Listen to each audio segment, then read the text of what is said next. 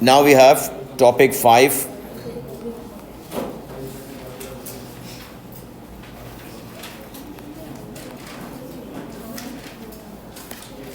Capacitance.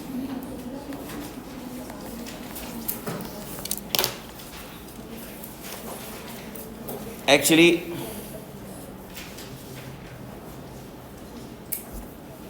what is capacitance?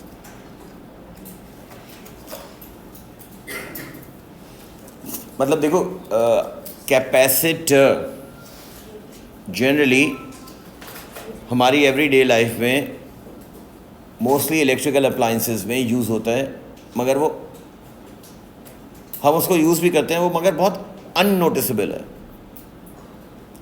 अननोटिसेबल in the sense ये कि सोचे ज़रा कि आपके मोबाइल को एक नॉर्मल करंट प्रोवाइड हो रहा है, मोबाइल का सर्किट एक करंट सप्लाई कर रहा है एक नॉर्मल पेस से, वो नॉर्मल करंट है।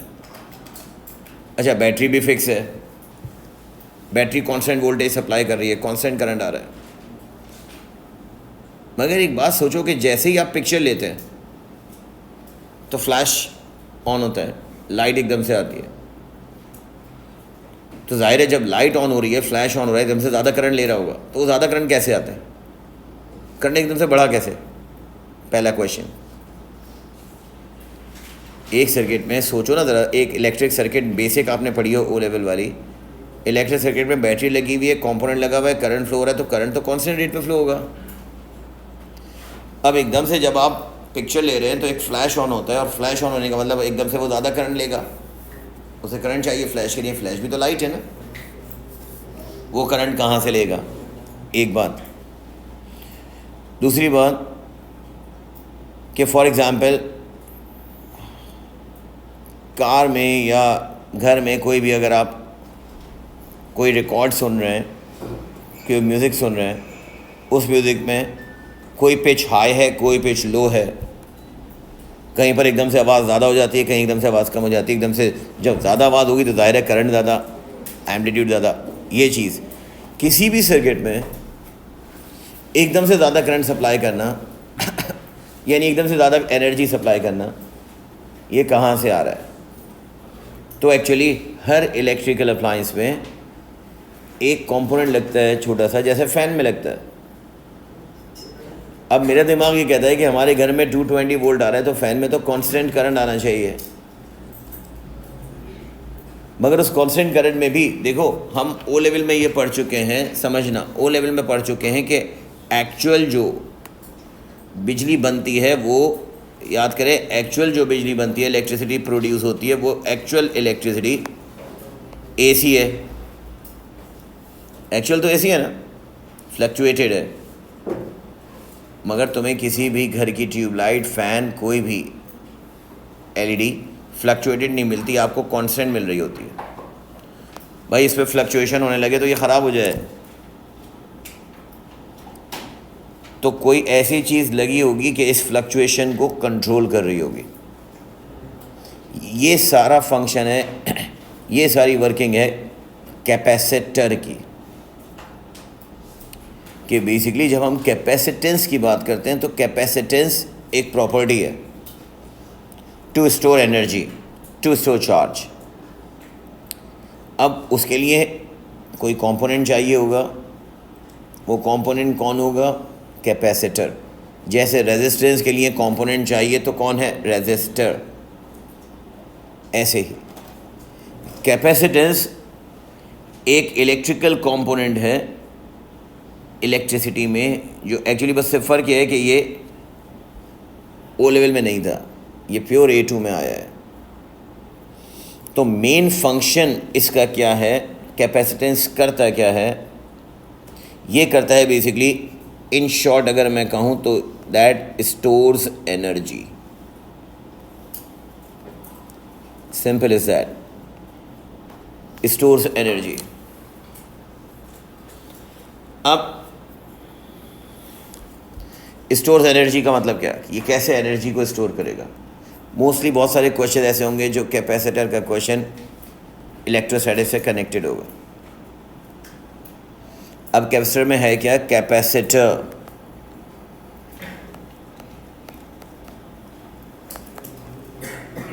का सिंबल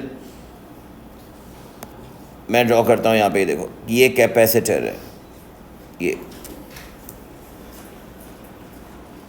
ये नॉर्मली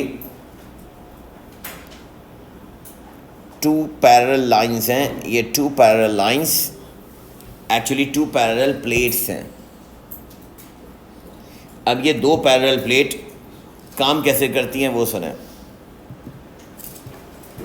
फिर मैं लिखवाऊंगा, पहले समझना। Let's say we have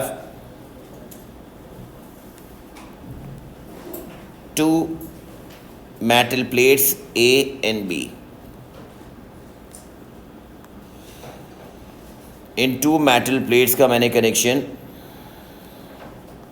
switch के साथ किया और स्विच के साथ मैंने इसके साथ सेल कनेक्ट किया।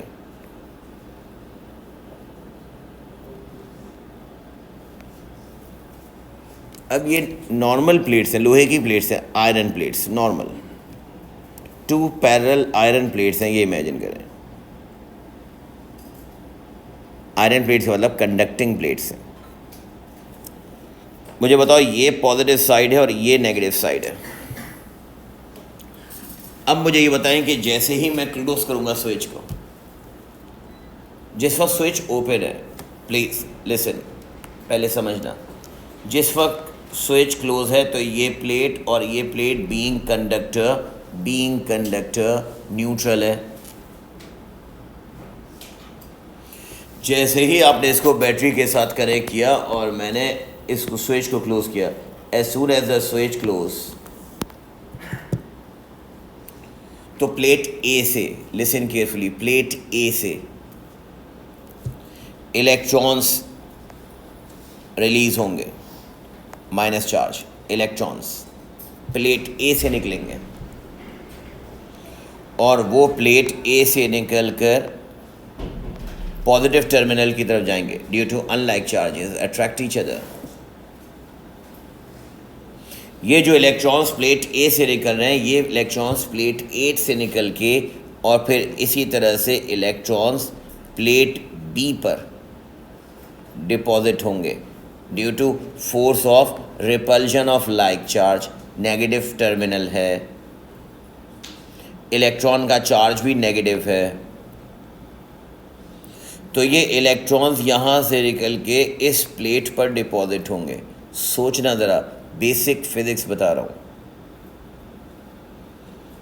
कि मुझे सोच के ये बताएं कि अगर यहाँ से सोचें, प्लेट ए से फॉर एग्जांपल 100 इलेक्ट्रॉन्स निकल गए, तो प्लेट बी पे 100 इलेक्ट्रॉन्स डिपॉजिट हो गए। इसका मतलब प्लेट ए पर शॉर्टेज ऑफ इलेक्ट्रॉन हो गई, और बेसिक इलेक्ट्रिसिटी कहती है अगर शॉर्टेज ऑफ इलेक्ट्रॉन हो जाए तो ये प्लेट फिर कहलाएगी पॉजिटिवली चार्ज्ड, क्योंकि इलेक्ट्रॉन निकल गए। अगर कोई कंडक्टर, कोई एटम इलेक्ट्रॉन्स को लूज करता है तो उस पर पॉजिटिव चार्ज आ जाता है, और दूसरी प्लेट बी जो इलेक्ट्रॉन्स के अंदर डिपॉजिट करेगी, यानी एक्सेस इलेक्ट्रॉन अगर प्लेट बी पर आएंगे तो वो नेगेटिवली चार्ज्ड हो जाएगी। अब बेटा लिसन, फॉर एग्जांपल अगर यहाँ से, क्योंकि मैं थोड़ी देर बाद ये इसको कंटिन्यू करूँगा, अगर यहाँ से थोड़ी देर के लिए इमेजिन करो, मैंने कहा 100 इलेक्ट्रॉन्स निकल गए और वो 100 इलेक्ट्रॉन्स यहाँ पर डिपॉजिट हो गए, तो इसका मतलब यू कैन से दैट कि this plate becomes positively charged and this plate becomes negatively charged. Yes or no? This is how transference of charges occur in capacitor. Capacitance is a property by which, write down, capacitance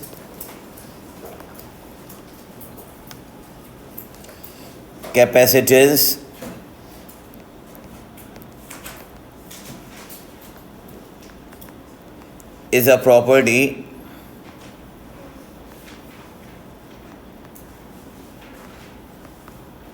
of a conductor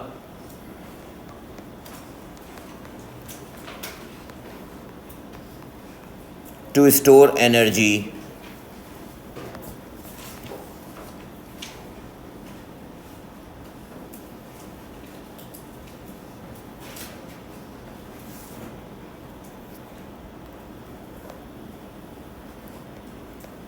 capacitor is a component which stores the energy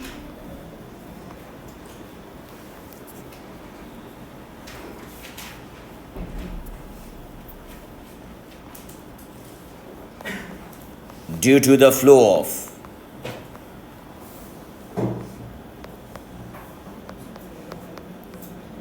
electrons.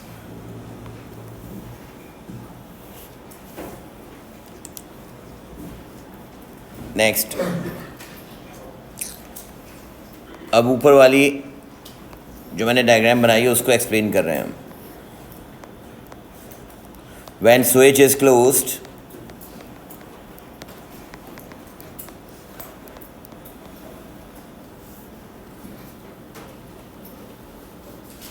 comma, movement of electrons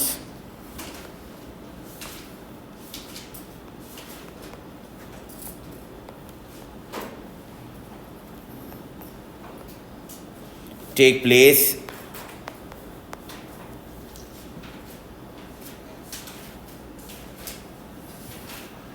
in the circuit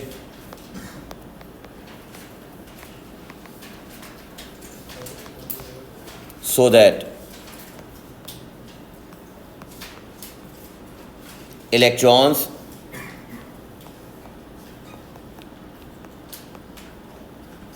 leave plate A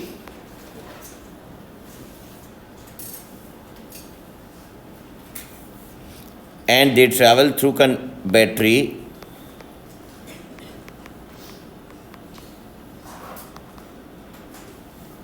and they travel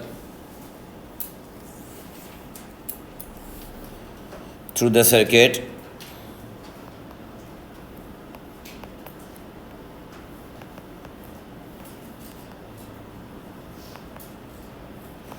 and the battery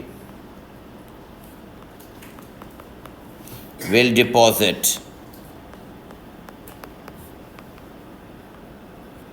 these electrons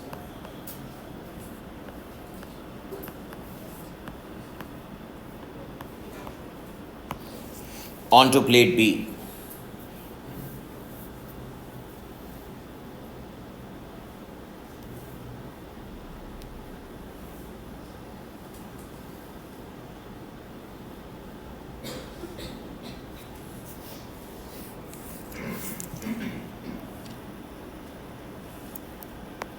So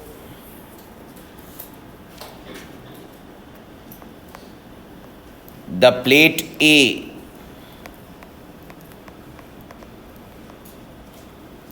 finally becomes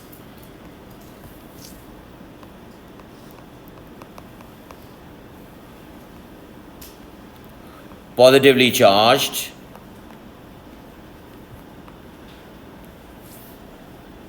and plate B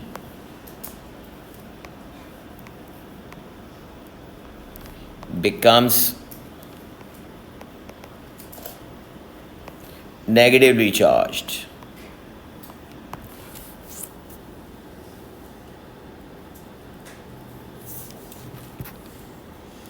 It means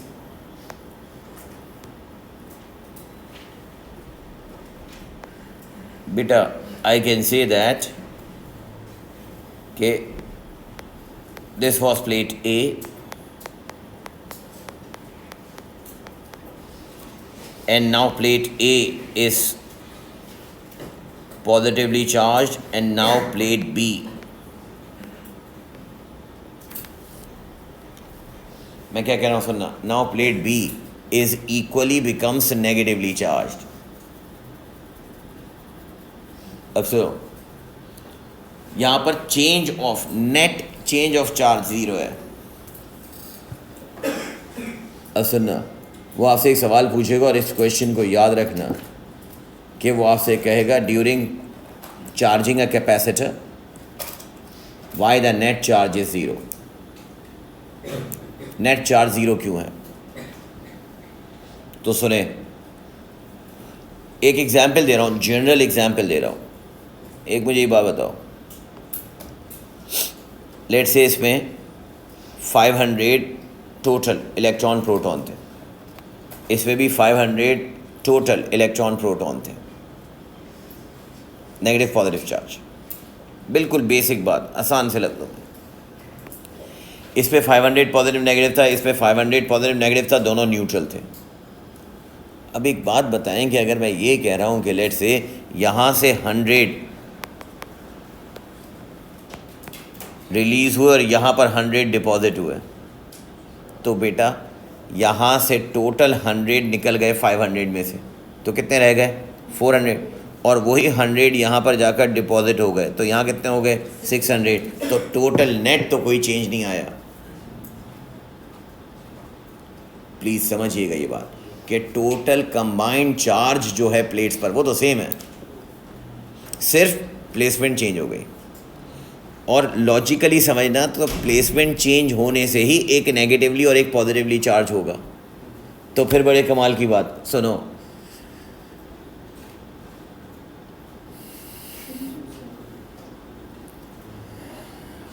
अगर ये electrons transfer हुए और सोचना कि जिस वक्त ये electron यहाँ से यहाँ ट्रांसफ़र हुए, तो अगली बार अगर मैं इस कैपेसिटर को, इसी चार्ज्ड वाले कैपेसिटर को, समझिएगा, इस चार्ज्ड वाले कैपेसिटर को बैटरी के बजाय किसी बल्ब के साथ कनेक्ट कर दूं, तो वही प्रोसेस जो चार्जिंग में हुआ था अब डिस्चार्जिंग में इसका उल्टा हो जाएगा, यस और नो? अब ये कहलाएगी डिस्चार्जिंग। जब बैटरी लगी है ना बेटा, तो बैटरी के वक्त ये कैपेसिटर चार्ज कर रहा है, समझें ज़रा। अब मैं ये पॉइंट जो लिख रहा हूँ इसको हम कहते हैं charging a capacitor, that is called charging a capacitor. और जब चार्ज हो गया कितना हुआ, ये भी तो ख़ास बात है, कितना हुआ, जितनी देर आपने बैटरी को कनेक्ट किया, जितनी देर ट्रांसफरेंस ऑफ इलेक्ट्रॉन हुई, उतनी देर चार्ज हुआ, उतना चार्ज हुआ कैपेसिटर। अब जितना चार्ज हो गया उसके बाद आपने बैटरी को हटा दिया, मेरी बात सुनिएगा, बैटरी हटा दिया। अब बेटा बैटरी जब हटा दी तो अब दोबारा यहाँ से वही इलेक्ट्रॉन जो इस पर एक्सिस आ गए थे, वो इलेक्ट्रॉन वापस अपनी जगह पे जाएंगे, और दिस होल मूवमेंट की वजह से एनर्जी टेक्स प्लेस, ये बल्ब ऑन हो जाएगा। कब तक ऑन होगा? एग्जाम्पल, जब तक वही 100 वाले चार्ज इलेक्ट्रॉन्स वापस अपनी जगह पे ना आ गए, और जैसे ही 100 वाले इलेक्ट्रॉन्स पूरे वापस अपनी जगह पर आ जाएंगे तो फिर दोबारा बल्ब बंद हो जाएगा, यस, बल्ब ऑफ हो जाएगा। क्योंकि देखो एक पॉजिटिवली चार्ज है और एक नेगेटिवली चार्ज है। जब एक चार्ज मटेरियल है तो चार्ज मटेरियल में आप एक, जब तक वायर कनेक्ट नहीं था, तुम्हारी वाली बात, ये बेसिक इलेक्ट्रिसिटी का रूल है कि जब तक वायर कनेक्ट नहीं था, ये देखो ये वायर कनेक्ट नहीं था,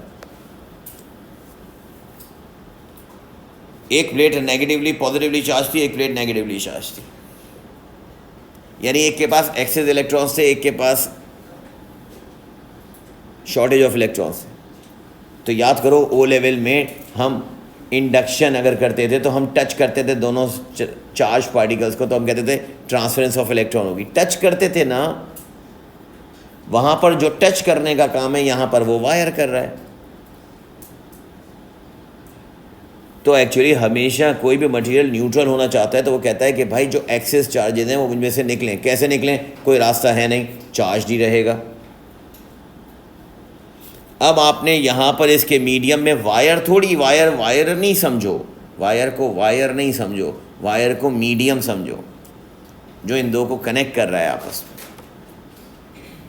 और जब वायर को मीडियम समझोगे तो तुम्हें ये बात समझ में आएगी कि ये वायर एक मीडियम क्रिएट करता है, रेड वाला वायर, जिससे इलेक्ट्रॉन्स फ्लो होना शुरू होते हैं। और एक्चुअली बेसिक फिजिक्स कहती है कि अगर इलेक्ट्रॉन्स फ्लो होना शुरू हो जाएं, उसी को तो इलेक्ट्रिक करंट कहते हैं। That is a current, flow of electrons per unit time. It means यहाँ पर एक बात एक इंपॉर्टेंट थी, लिखना जरा एक point, write down. Since both plates A and B, since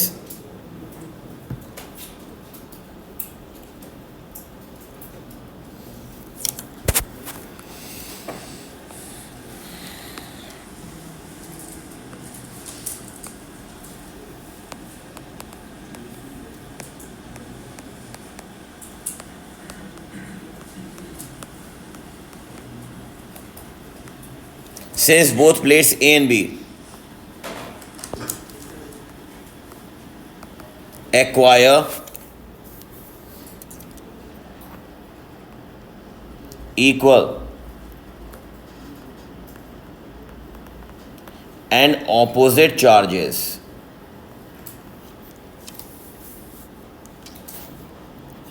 so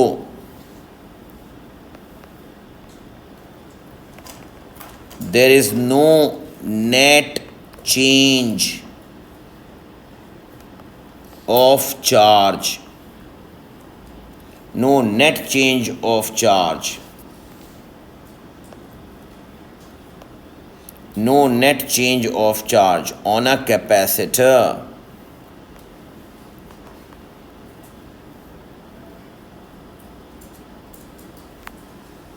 Hence,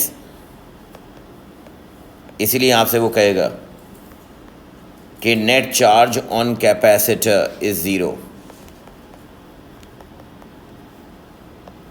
net charge जो है कैपेसिटर का, इवन वो चार्जिंग भी कर रहा है, मगर कैपेसिटर का ओवरऑल चार्ज चेंज नहीं हो रहा, ओवरऑल नेट चार्ज ज़ीरो है, क्योंकि सेम नंबर ऑफ इलेक्ट्रॉन एक जगह से रिलीज़ हो रहे हैं और दूसरी जगह पर डिपॉजिट हो रहे हैं। नेक्स्ट पॉइंट, ये मैंने सारा हाईलाइट कर लिया क्योंकि ये एग्ज़ाम में आपसे पूछा जाएगा, ये की पॉइंट है। इस प्रोसेस को कहते हैं बेटा, ये जो अब आपने बल्ब लगा दिया, इस प्रोसेस को कहते हैं डिस्चार्जिंग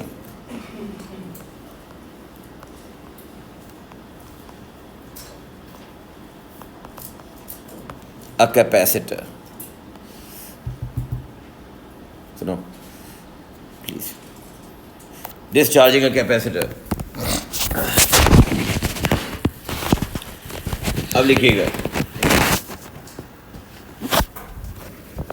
discharging a capacitor के नीचे लिखिए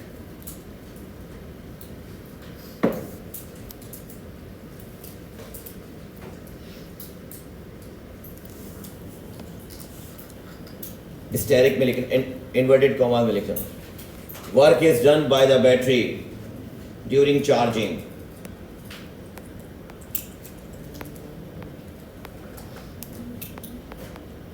work is done by the battery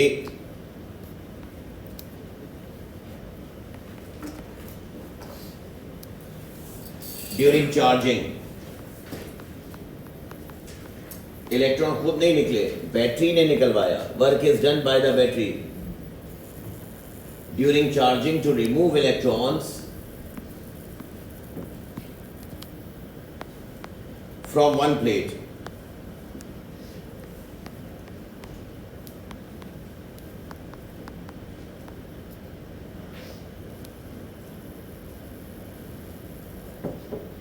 remove electrons from one plate and deposit them onto the other plate.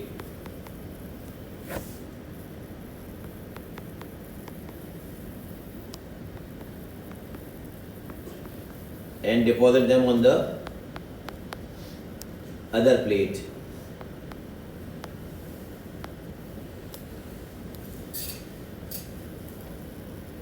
full stop. This work done by the battery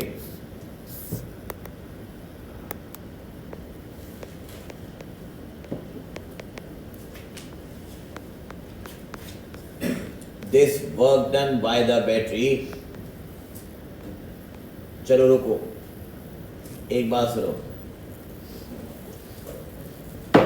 मेरा बेटा, एक second जरा ध्यान देना। एक प्लेट पॉजिटिव थी, एक प्लेट नेगेटिव थी।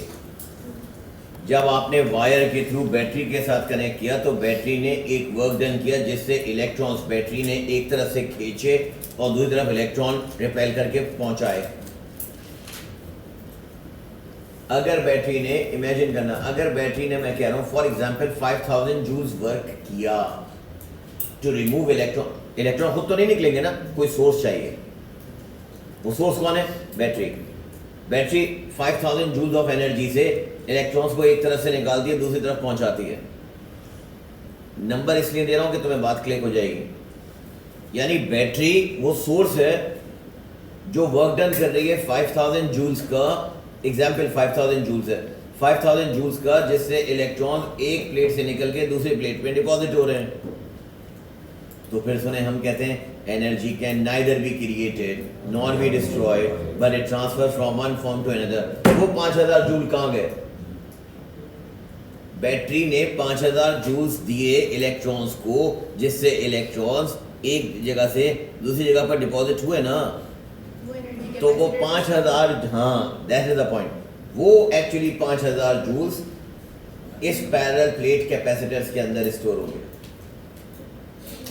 बैटरी की सोचे जरा मैं क्या कह रहा हूं। इसीलिए थोड़ी देर बाद आप ये देखोगे कि बैटरी का वोल्टेज अगर 10 वोल्ट है और कैपेसिटर पूरा चार्ज हो गया, तो फिर नीचे वाले कैपेसिटर को जब मैं बल्ब से कनेक्ट करूंगा तो उस बल्ब का वोल्टेज भी 10 वोल्ट हो जाएगा, क्योंकि उस कैपेसिटर में एनर्जी जो आई है वो पहले वाली बैटरी से ही तो आई है। और जब बैटरी हटा के बल्ब मैंने कनेक्ट किया डिस्चार्जिंग में, तो वही एनर्जी फिर वो बल्ब को सप्लाई करेगा। लिखिएगा जरा कि this work done by the battery is stored in the parallel plate capacitors. This work done by the battery is stored is stored. This work done by the battery is stored across the parallel plate capacitor.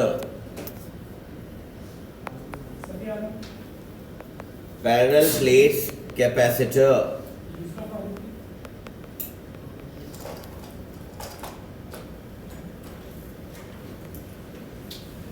Parallel plate capacitor in the form of electrical energy.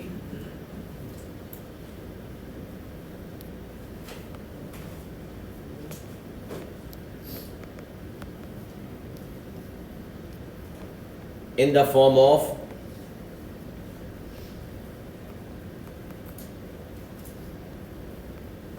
electrical energy.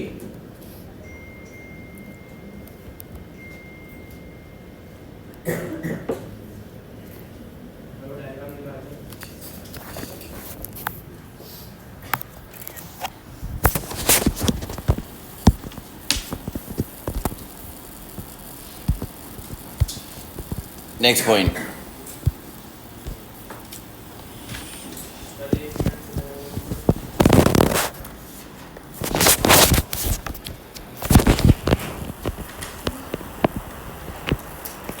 आप सुनो,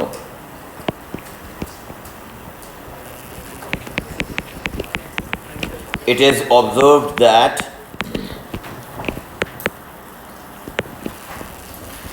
अब देखो सब चीज़ें ऐसा ऐसा connect करना अपने दिमाग में।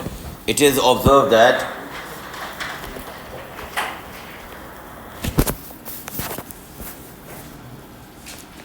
The charge Q transferred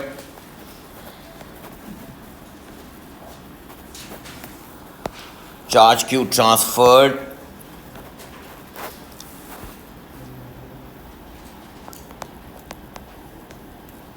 to the capacitor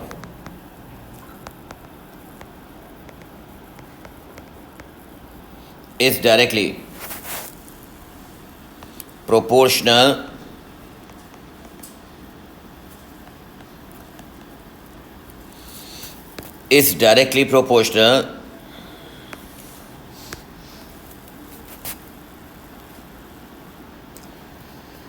to the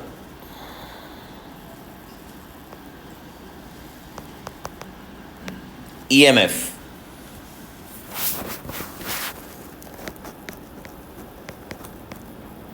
or voltage supplied by the battery.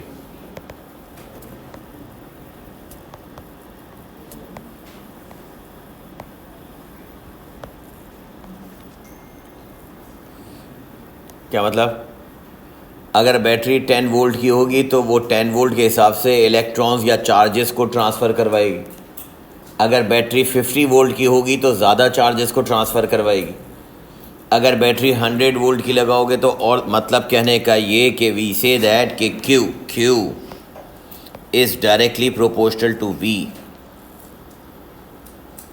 और बेटा यहाँ पर Q इज इक्वल्स टू ये जो कांस्टेंट आता है, इस कांस्टेंट को आप कहते हैं CV।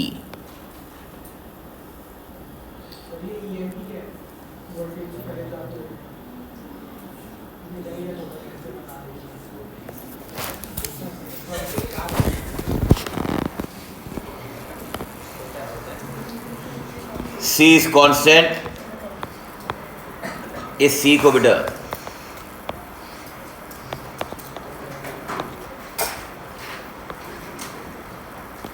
C is constant called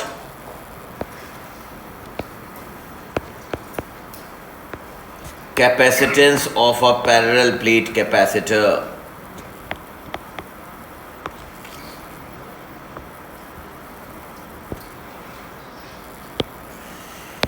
C is constant called capacitance of a parallel plate capacitor.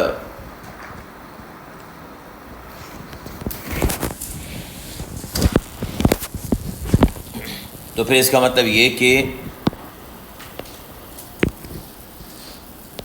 अगर बेटा y एक्सिस पे बेसिक सा ग्राफ है कि अगर y एक्सिस पे चार्ज हो और x एक्सिस पे वोल्टेज हो, x एक्सिस पे वोल्टेज और y एक्सिस पे चार्ज, तो we will have a straight line. जितना वोल्टेज बढ़ाओगे उतना चार्ज ट्रांसफ़र होगा, जितना वोल्टेज बढ़ाओगे बैटरी का उतना चार्ज ट्रांसफ़र होगा।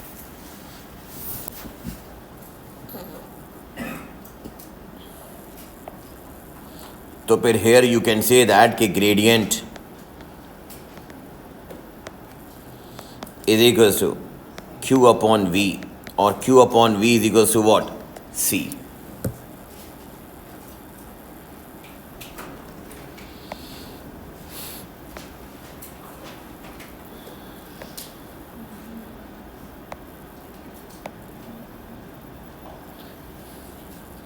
अगर y एक्सिस पे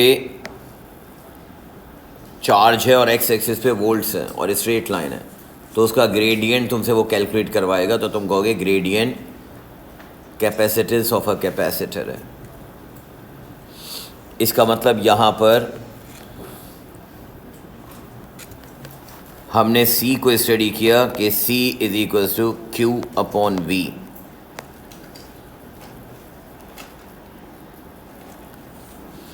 listen,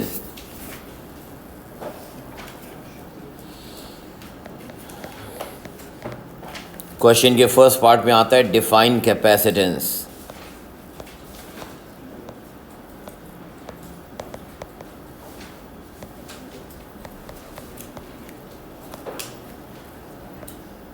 define capacitance.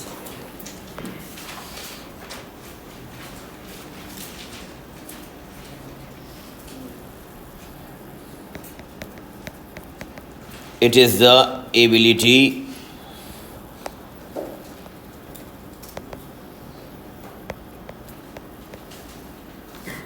to store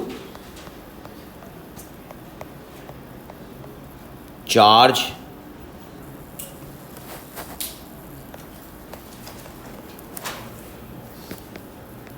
when the potential difference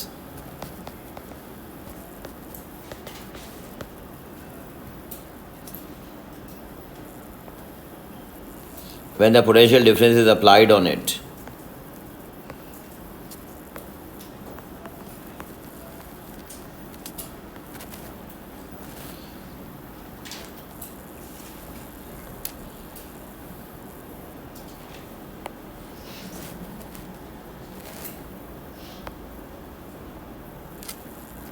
Capacitance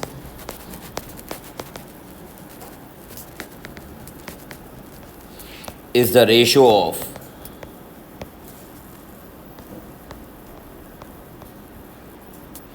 charge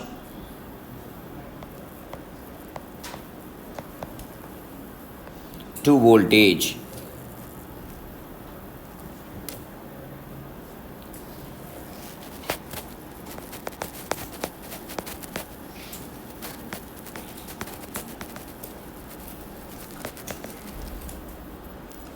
Unit of capacitance is coulomb per volt, or you can say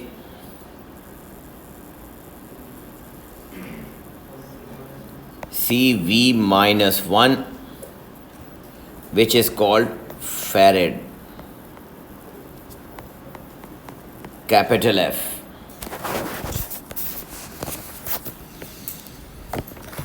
farad basically capacitance का unit है.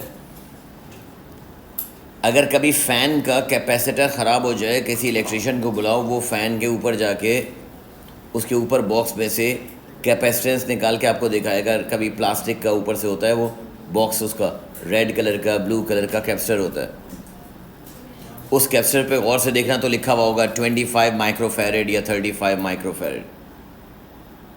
Farad unit है capacitance का. और फिर अगर मैं आपसे कहूं कि define farad,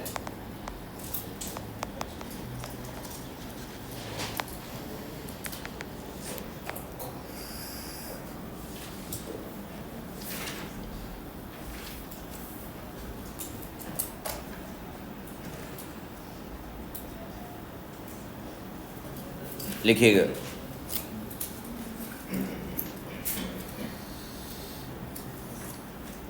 when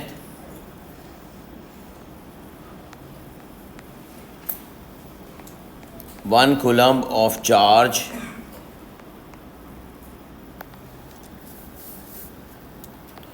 stores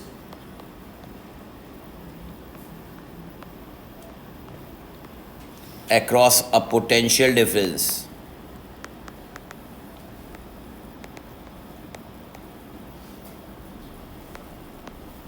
of 1 volt, then the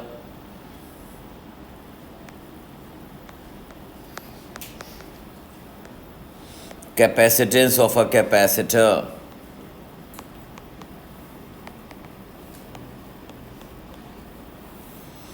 is 1 farad.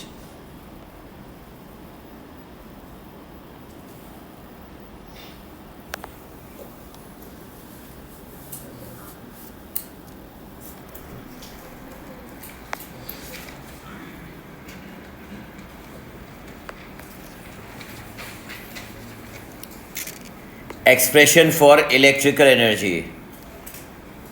अभी तक हम चार्ज की बात कर रहे थे.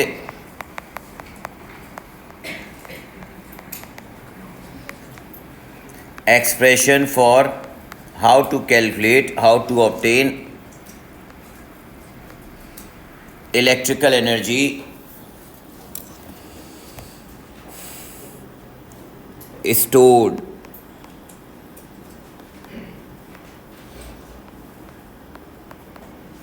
in capacitor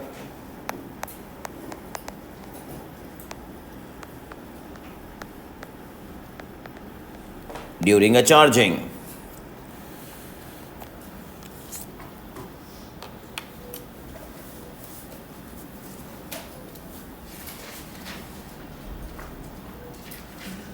तो सुने,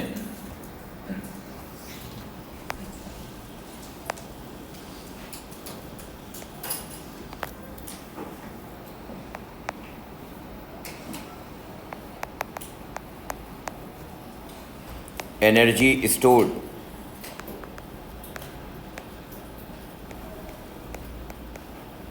in a capacitor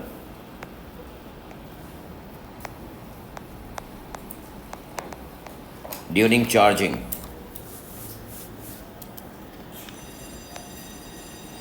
can be obtained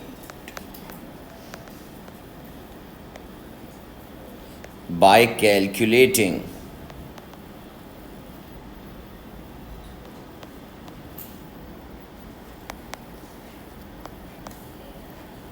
the area under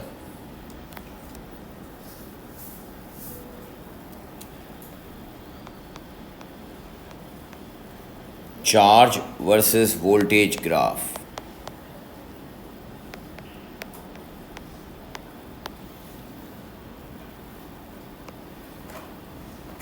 वही सेम चीज़ बेटा कि देखो वोल्टेज और क्यू के ग्राफ से, ये बात समझिएगा कि वोल्टेज और क्यू के ग्राफ से जो भी ग्राफ दिया जाएगा आपको, उससे आप दो चीज़ें कैलकुलेट करेंगे। अगर ग्रेडियंट कैलकुलेट करोगे तो कैपेसिटेंस आएगा, और अगर इस ग्राफ के अंदर का एरिया कैलकुलेट करोगे above x axis,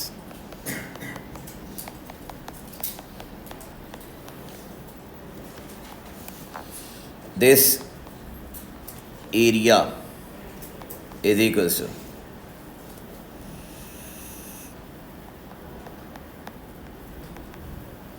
electrical energy stored, that is equals to half, इस डायग्राम में हाफ क्यू वी।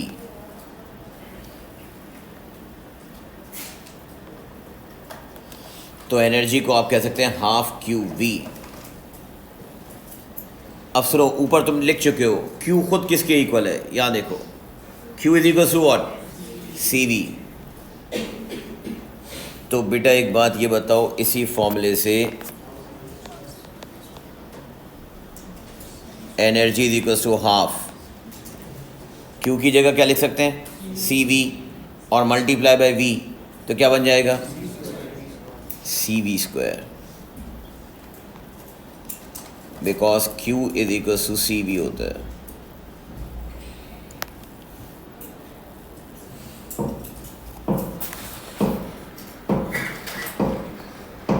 और फिर इसी तरह से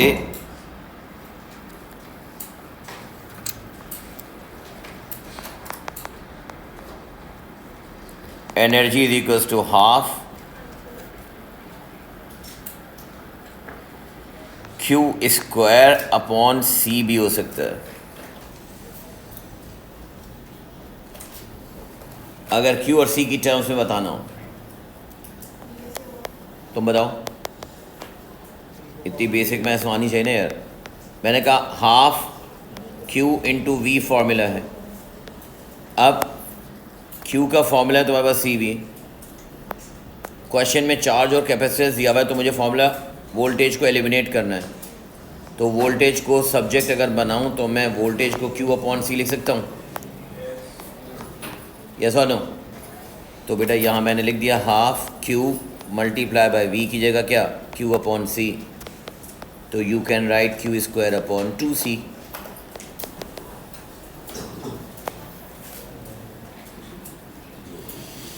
what I mean to say कि लिसन,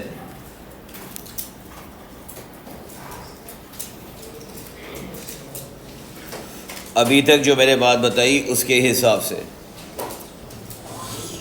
सामने देखना भाई ज़रा। अभी तक जो कैपेसिटेंस में हमने बात की वो पहला था Q is equal to CV।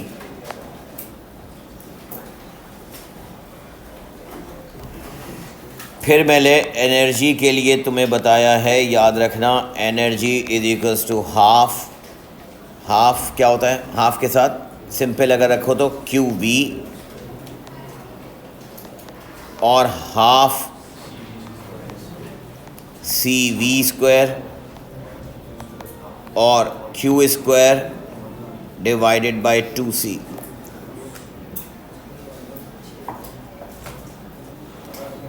अगर कहीं पर आपसे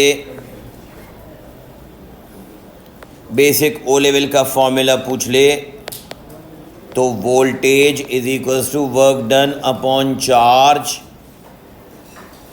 के फॉर्मूले से वर्क डन का फॉर्मूला भी बन जाएगा वोल्टेज इनटू क्यू। ये देखो, ये जो W है बेटा, W is the work done, W is the work done bye battery.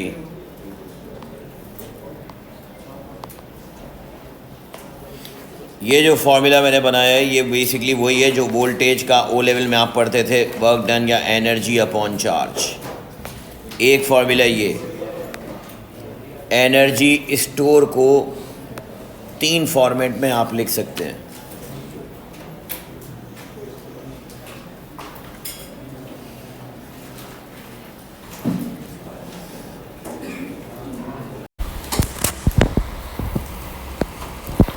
Now we have one example.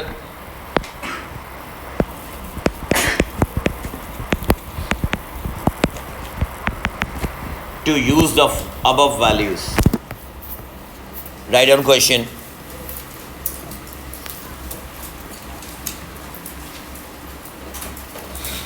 A battery of 20 volt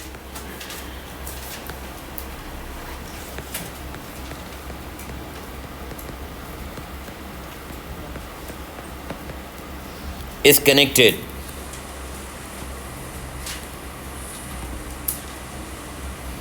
battery of 20 volt is connected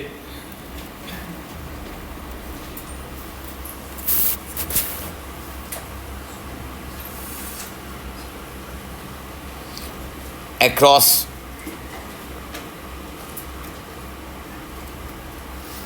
a parallel plate capacitor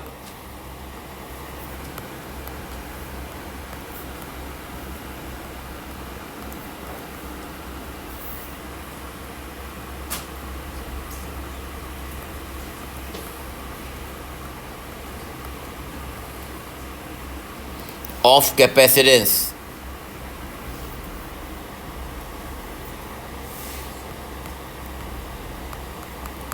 (40 microfarad).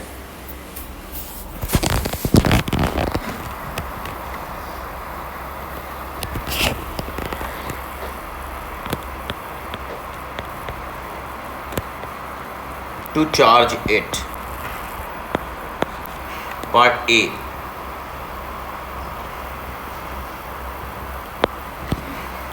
Calculate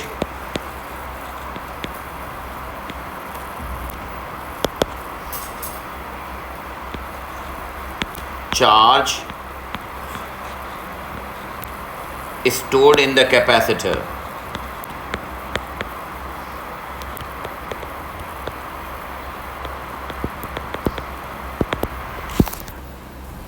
Total charge stored in capacitor.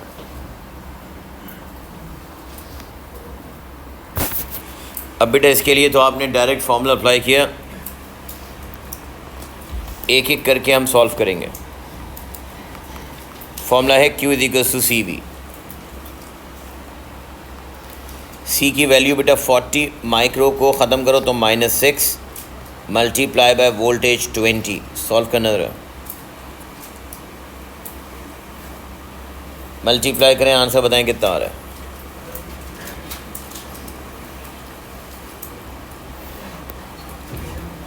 8 multiplied by 10 to the power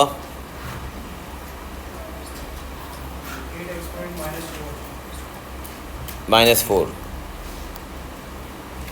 charge है तो coulomb,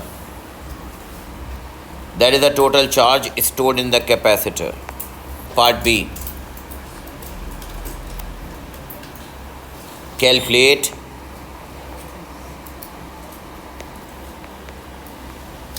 the work done by battery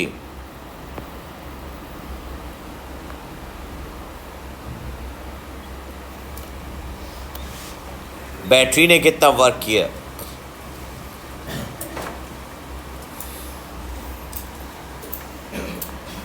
work done bye battery का मतलब ये supplied है।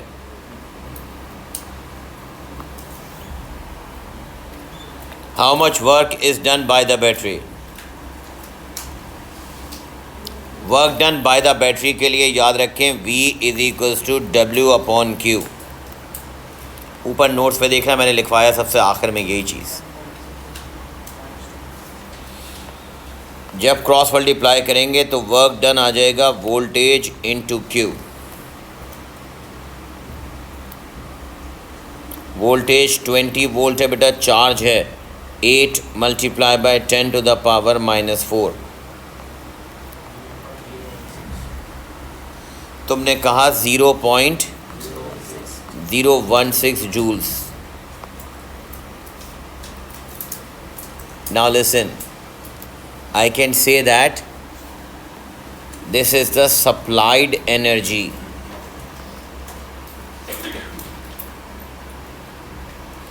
This is the supplied energy by the battery. Part 3 लिख लें।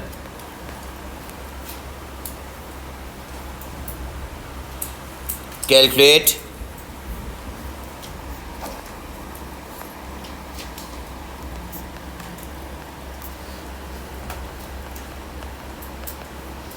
the electrical energy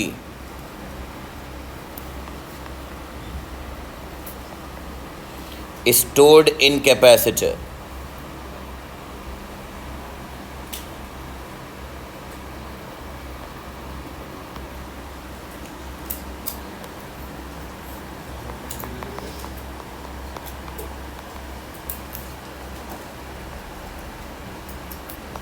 electrical energy का formula है हाफ CV², या दूसरा लगा दो हाफ Q इंटू V, या तीसरा लगा दो Q² upon 2C। Electrical energy stored in the capacitor के फॉर्मूला मैं बता चुका हूँ। कैलकुलेटर उठाना। Half capacitance of a capacitor था बेटा 40 माइक्रोफैरेड,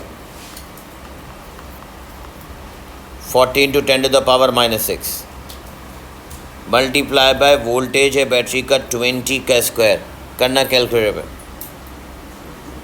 और हाफ से मल्टीप्लाई कर दो। मैंने यहाँ पर ये यूज़ किया, आप इसके बजाय electrical energy is equals to Q² upon 2C भी कर सकते थे, क्योंकि तुम्हारे पास चार्ज भी है इस क्वेश्चन में। तुम चाहो तो यहाँ पर हाफ इंटू QV भी कर सकते थे, QV upon 2। In any way you will get the same answer. How much? मतलब पॉइंट, अब सुनो, that is 0.008 joules.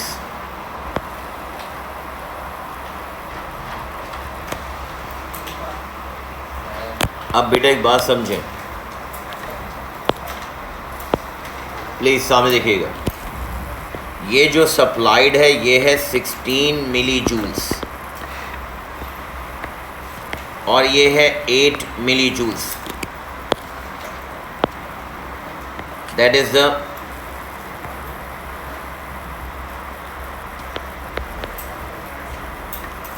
Energy store.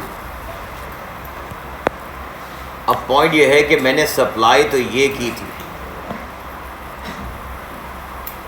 मगर स्टोर इसकी हाफ हुई, तो टेल मी बाकी कहाँ गई? लॉस्ट इन कनेक्टिंग वायर और थर्मल एनर्जी। लिखिएगा, the above calculation shows that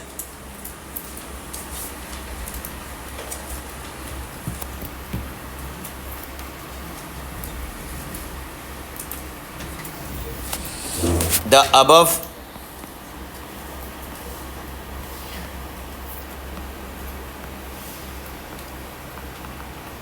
calculations show that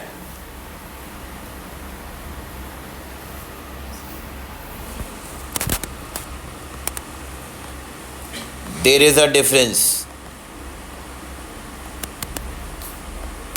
of energy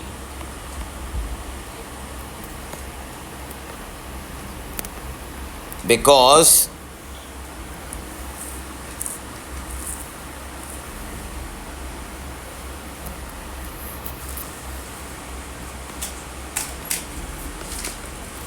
there is a loss of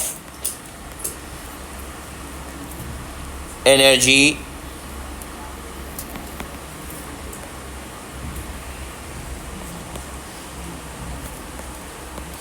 in the form of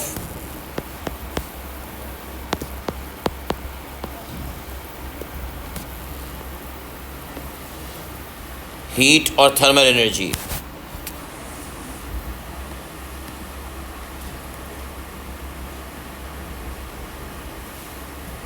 When charges or electrons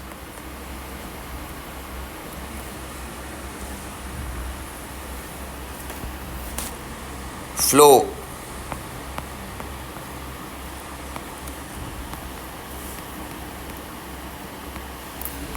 through connecting wire,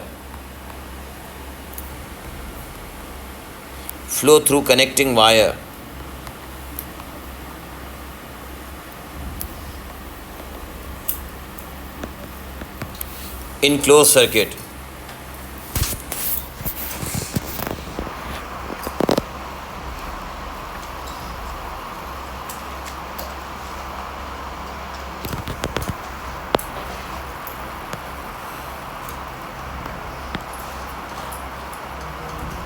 तो फिर एक बात सुने,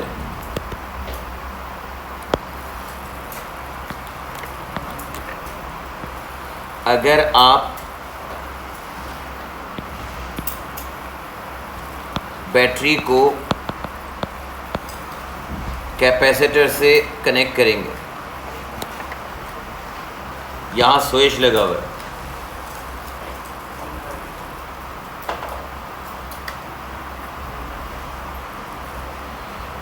यहाँ पर for example मैंने 18 वोल्ट सप्लाई किए, तो बेटा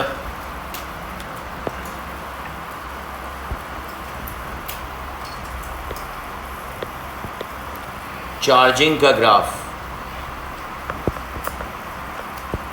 with respect to time, battery अगर लगी हुई है तो याद रखना, अगर बैटरी कनेक्टेड है तो चार्जिंग अ कैपेसिटर है, तो चार्जिंग अ कैपेसिटर का ग्राफ इस तरह से होता है, और 100% चार्ज हो गया तो टाइम बढ़ता रहेगा, फिर वोल्टेज फिक्स हो जाएगा 18 volt.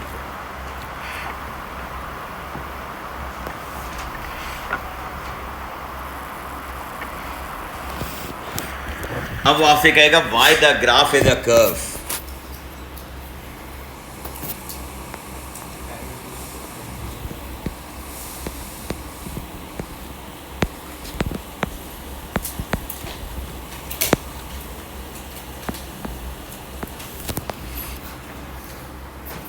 why the graph is a curve?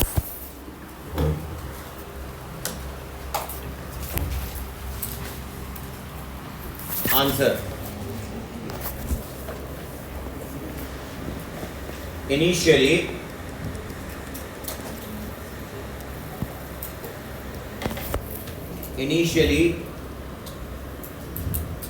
when capacitor is uncharged,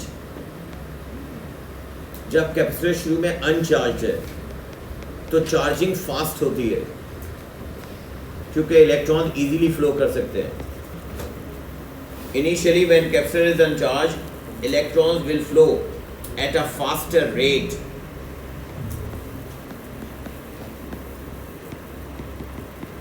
when capacitor is uncharged,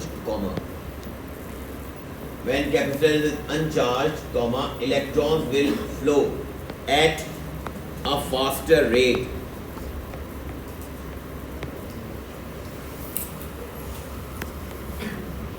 ऊपर करना नहीं, Hence, the graph is initially steeper.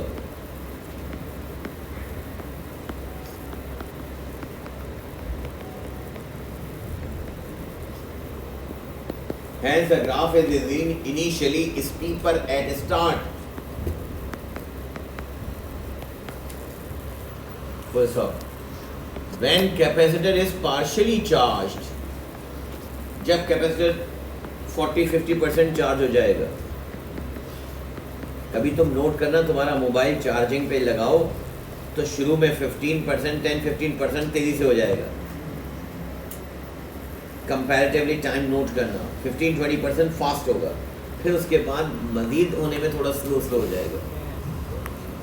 90 से 100% सबसे ज़्यादा टाइम लेगा, क्योंकि ऑलरेडी बहुत सारे इलेक्ट्रॉन वहाँ चार्जेस एनर्जी मौजूद है. When capacitor is partially charged, then the rate of flow of electrons decreases.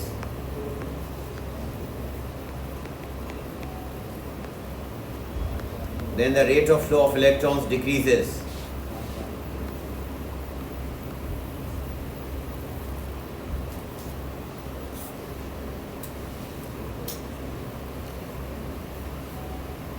So graph is less steeper. So graph is less steeper.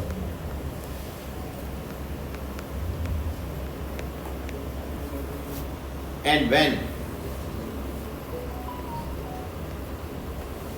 the potential difference across capacitor, and when potential difference across capacitor equals to the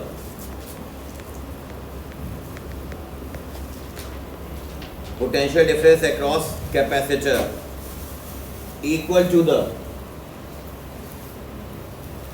EMF of battery,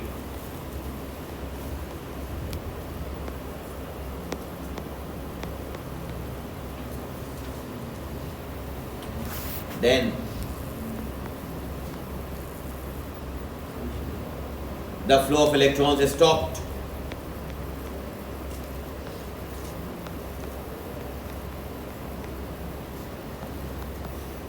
And gradient zero.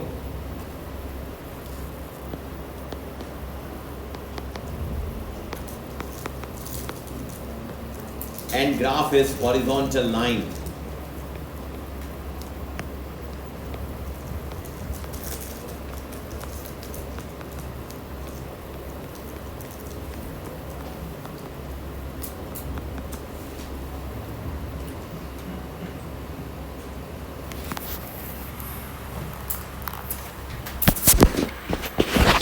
इसका opposite बताऊं, देखो जैसे मैंने पहले बताया था start में, यहाँ पर क्या हो रहा है, बैटरी लगी है. अब सुनना, इधर देखना सामने बेटा प्लीज़.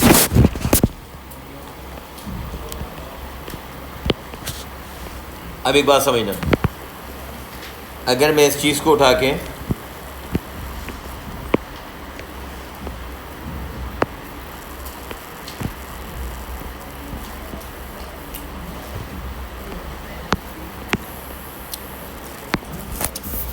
अब देखो मैं क्या कह रहा हूँ, प्लीज़ बात नहीं यार बेटा. अब हम कह रहे हैं यहाँ पर डिस्चार्जिंग अ कैपेसिटर, और अब देखो डिस्चार्जिंग ऑफ कैपेसिटर में मैं चेंज क्या कर रहा हूँ ये देखना. मैंने यहाँ से ये हटा दिया, बाकी सब सेम है.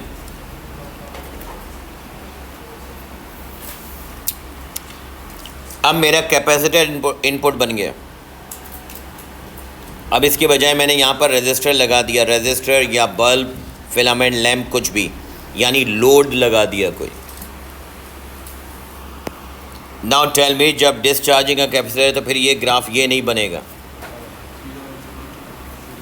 क्योंकि अब voltage of capacitor fully charge होने के बाद बेटा वोल्टेज ऑफ कैपेसिटर, अब कैपेसिटर का वोल्टेज 18 है और अब कैपेसिटर 18 वोल्ट सप्लाई करेगा। यस और नो? तो अब जब कैपेसिटर 18 वोल्ट सप्लाई करेगा और आप यहां से स्विच को क्लोज कर दो,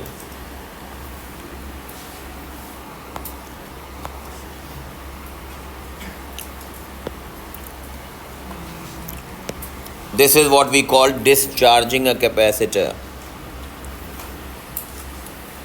तो देखो, डिस्चार्जिंग अ कैपेसिटर में ग्राफ की शेप भी फिर ऐसे होगी।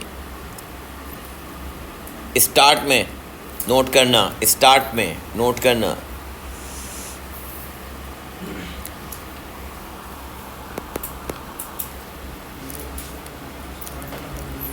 ज़्यादा फास्ट डिक्रीज होगा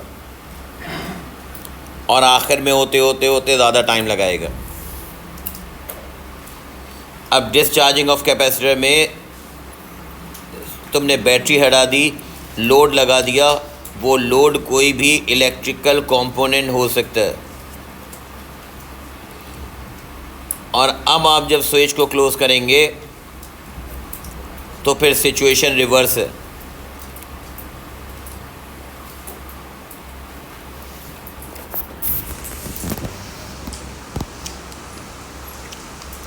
ये डायग्राम ड्रॉ कर लो। During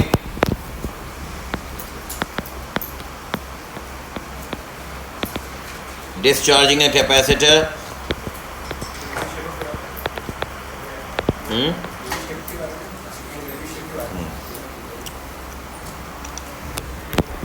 during discharging a capacitor,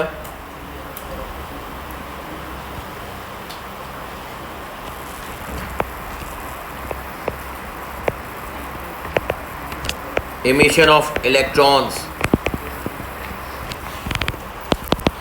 is fast initially.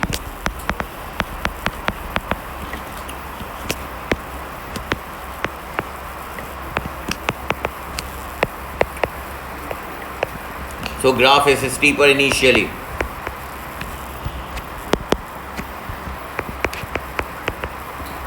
Graph is initially steeper and later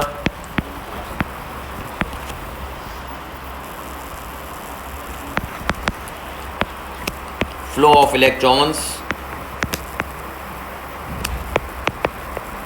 slow down.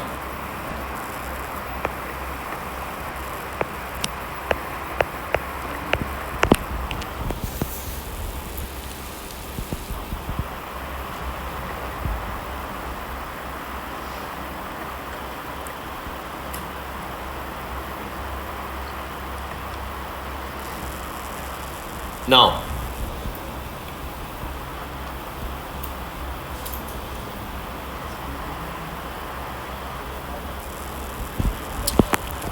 अब सुने,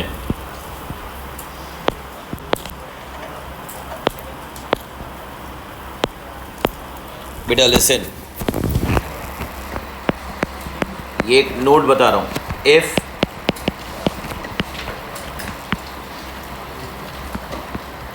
calculated energy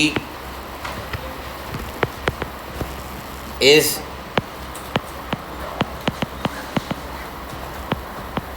पॉजिटिव, अगर एनर्जी पॉजिटिव है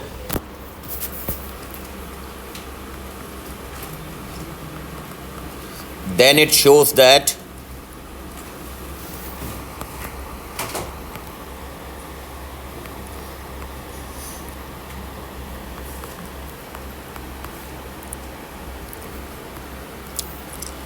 energy is stored in a capacitor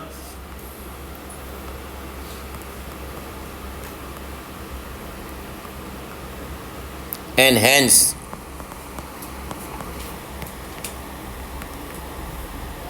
its voltage increases.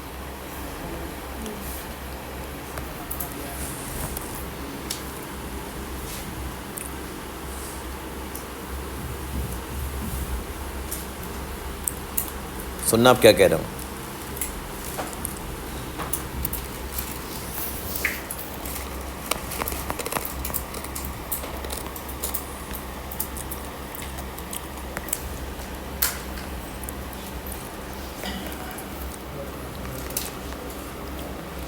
if calculated energy is negative,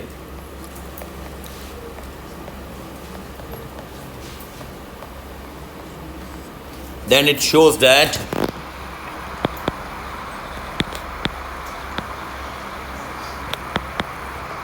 energy is dissipated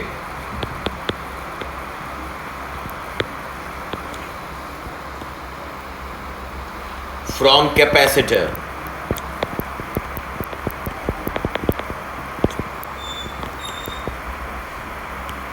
during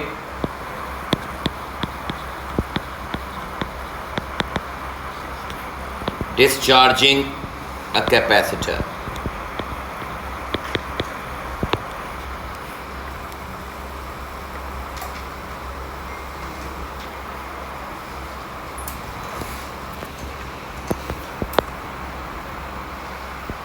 This amount of additional energy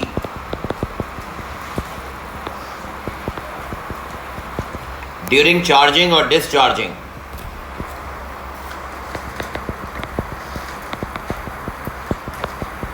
is given as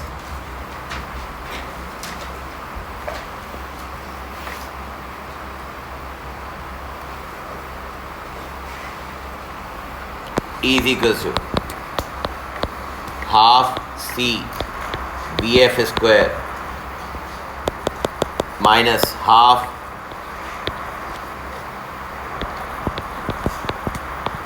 C Vi square, or E is equals to half C bracket Vf square minus Vi square.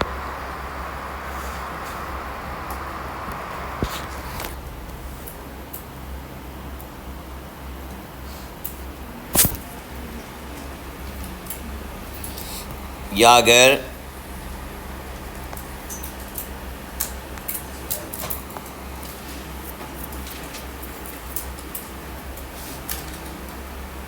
जो शुरू में मैंने आपको बताया था, याद करें, start में जो हमने डिस्कस किया एनर्जी का, मैंने कहा Q और V का एरिया अंडर द ग्राफ का फॉर्मूला था हाफ क्यू वी या हाफ सी वी स्क्वायर, अगर ओरिजिन से स्टार्ट हो। सुनो, अगर ओरिजिन से स्टार्ट ना हो बल्कि क्यू वी में अगर आपसे कोई एडिशनल एनर्जी मांगे यहाँ से यहाँ तक,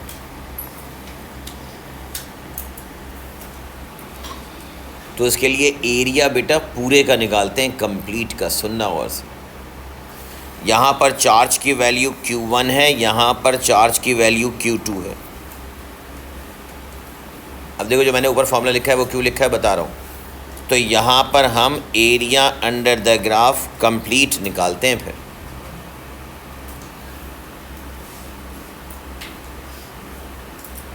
यस और no, area under the graph आपको टोटल एनर्जी बताता है।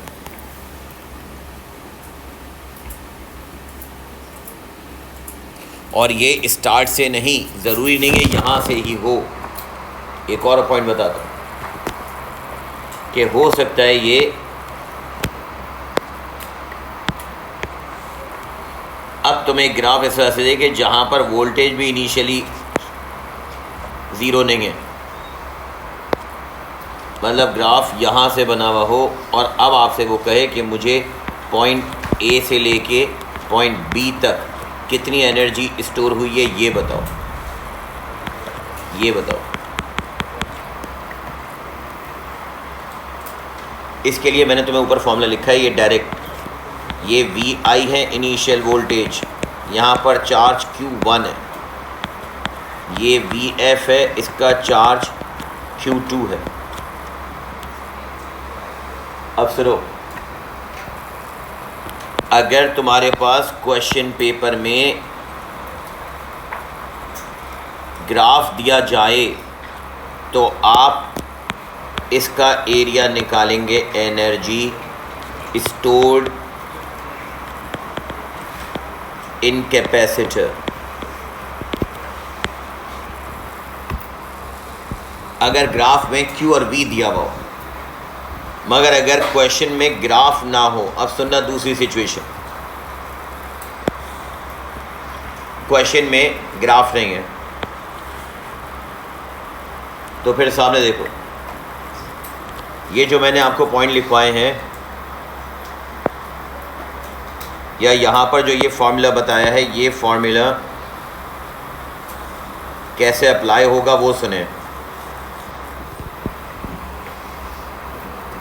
ये जो 2 पॉइंट्स हैं मैंने शेड कर दिया, ये देखें, how we apply them, listen.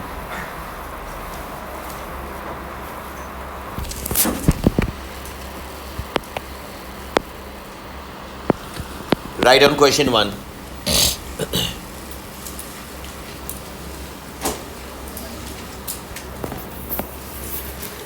calculate the additional energy needed, write down, calculate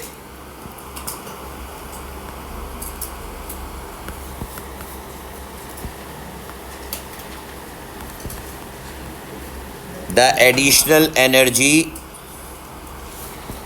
needed by 35 microfarad. Calculate the additional energy needed by 35 microfarad capacitor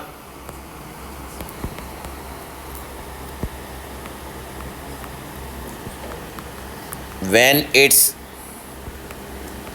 potential difference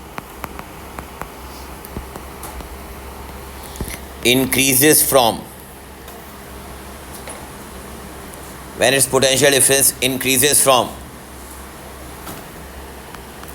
120 volt to 150 volt.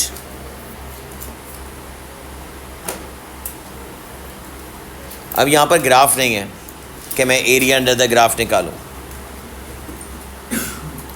यहाँ पर अगर graph नहीं है तो फिर आप जो मैंने ऊपर बताया formula is equals to half C bracket में V F square minus V I square. बेटा कैलकुलेटर, हाफ सी की value 35 micro means 10 to the power -6। Final voltage calculator पे फाइनल आंसर बताना मुझे, 150 स्क्वायर माइनस 120 स्क्वायर। कैलकुलेटर पे solve करें ज़रा।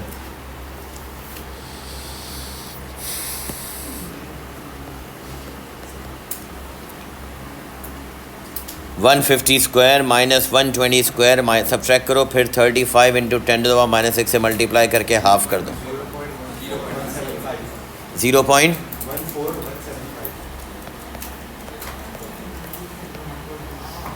0.14 joules. This is the additional energy, means further energy is stored in the capacitor. Question number 2 लिखना।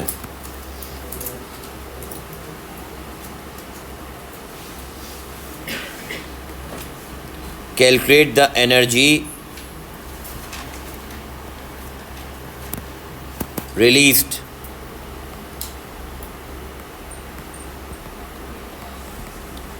from 40 microfarad capacitor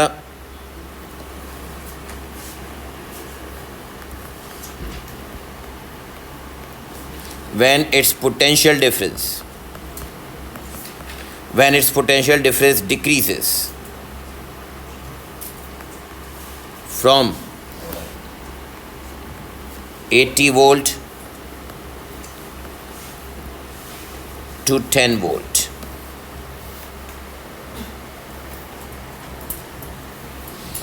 अब बेटा यहाँ पर is equals to half C V F square minus V I square.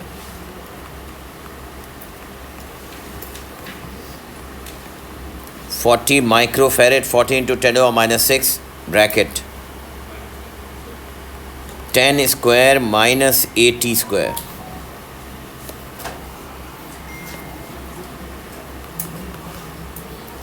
Answer बताएं।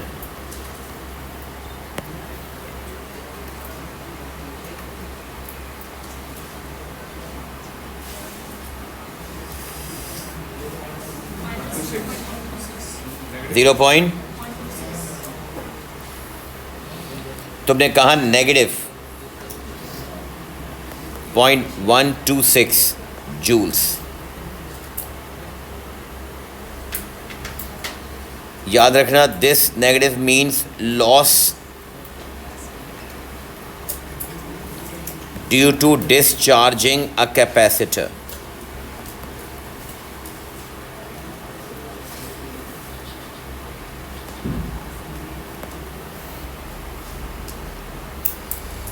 This loss is due to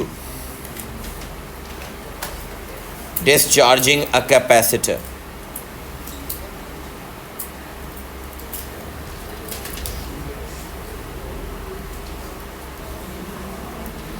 यहां तक आपका capacitor का फर्स्ट सेक्शन हो गया।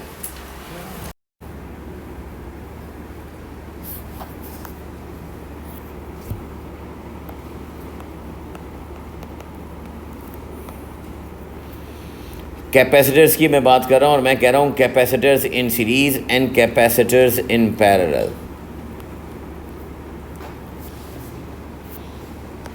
सीरीज़ का मतलब ये कि अभी तक सिंगल कैपेसिटर की बात हो रही थी। अब मैं आपसे ये कह रहा हूँ कि लेट से ये बैटरी जिसका वोल्टेज V है,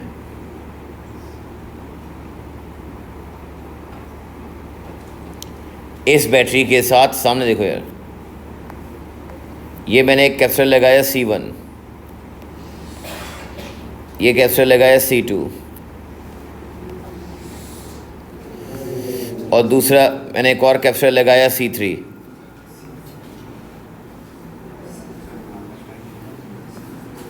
वी कनेक्ट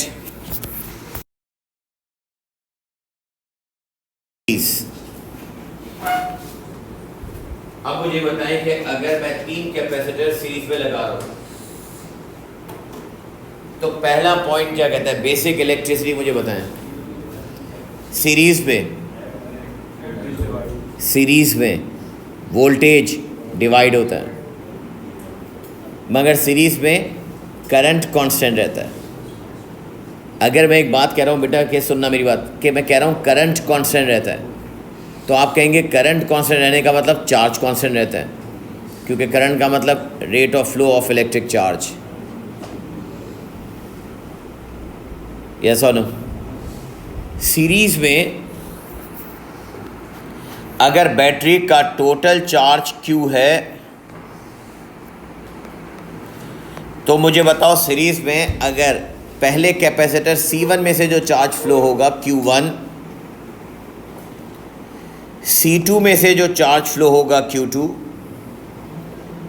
और C3 में से जो चार्ज फ्लो होगा Q3, एक सिंगल सीरीज सर्किट है। इमेजिन करें मेन बैटरी से चार्ज फ्लो हो रहा है, तो मुझे बताओ जो चार्ज मेन बैटरी से फ्लो हो रहा है वो Q1 में, Q2 में और Q3, यानी C1 में, C2 में और C3 तीनों रेजिस्टर्स में सेम फ्लो करेगा। यस और नो? क्योंकि सीरीज़ में करंट सेम होता है। तुम कह रहे हो सीरीज़ में करंट सेम होता है, तो मैं कहूँगा भाई अगर सीरीज़ में करंट सेम होता है तो आप कहेंगे कि सीरीज़ में करंट सेम है तो चार्ज भी सेम है। अब अगला पॉइंट सुनिएगा। ओ लेवल फिजिक्स से आप कहते हुए आ रहे हैं कि सीरीज़ में वोल्टेज डिवाइड होता है अलग अलग। इसका मतलब अगर 3 कैपेसिटर्स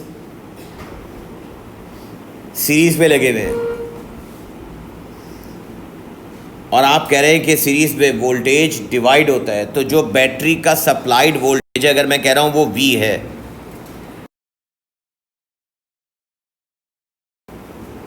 C1 में वोल्टेज गया, समझो मैं साइड में लिखता हूँ V1।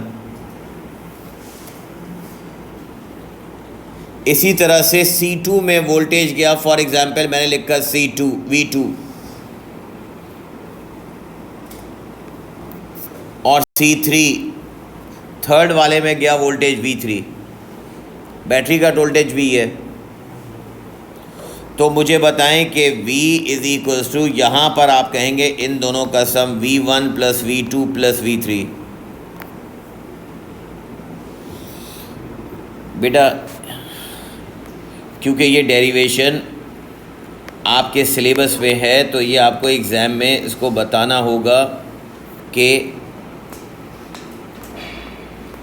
Charge remains same, charge remains same in series, series में चार्ज सेम होगा end voltage divides in series.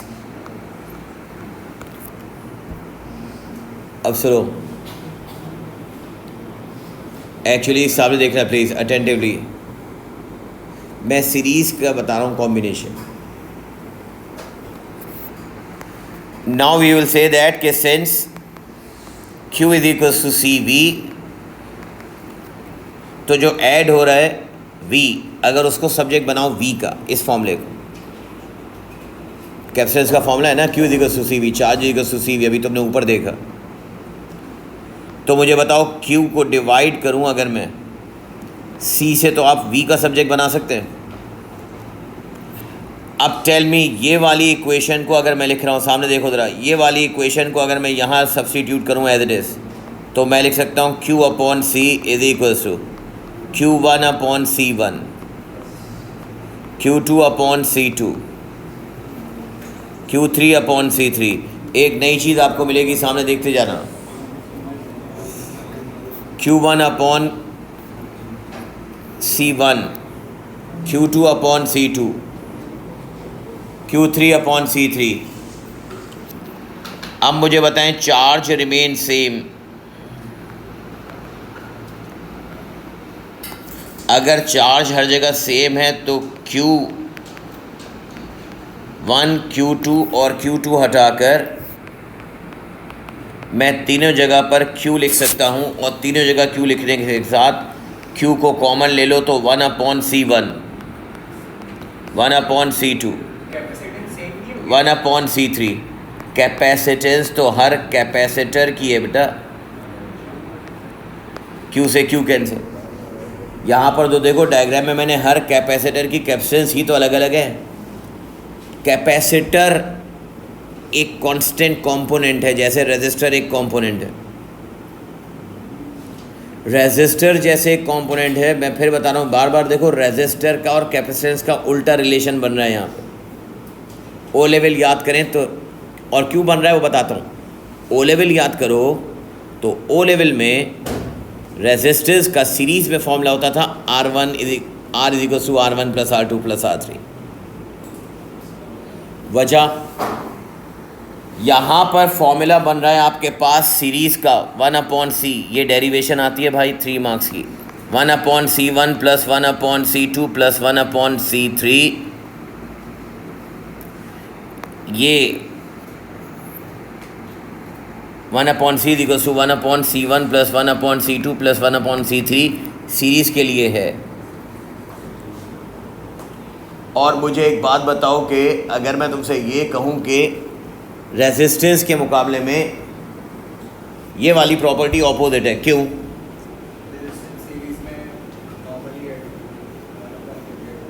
क्यों? ये भी सीरीज़ है, वो भी सीरीज़ था। मेन डिफरेंस सुनना मेरा क्या है कि रेजिस्टेंस वाले टॉपिक में, समझें, रेजिस्टेंस वाले टॉपिक में आप कहते थे कि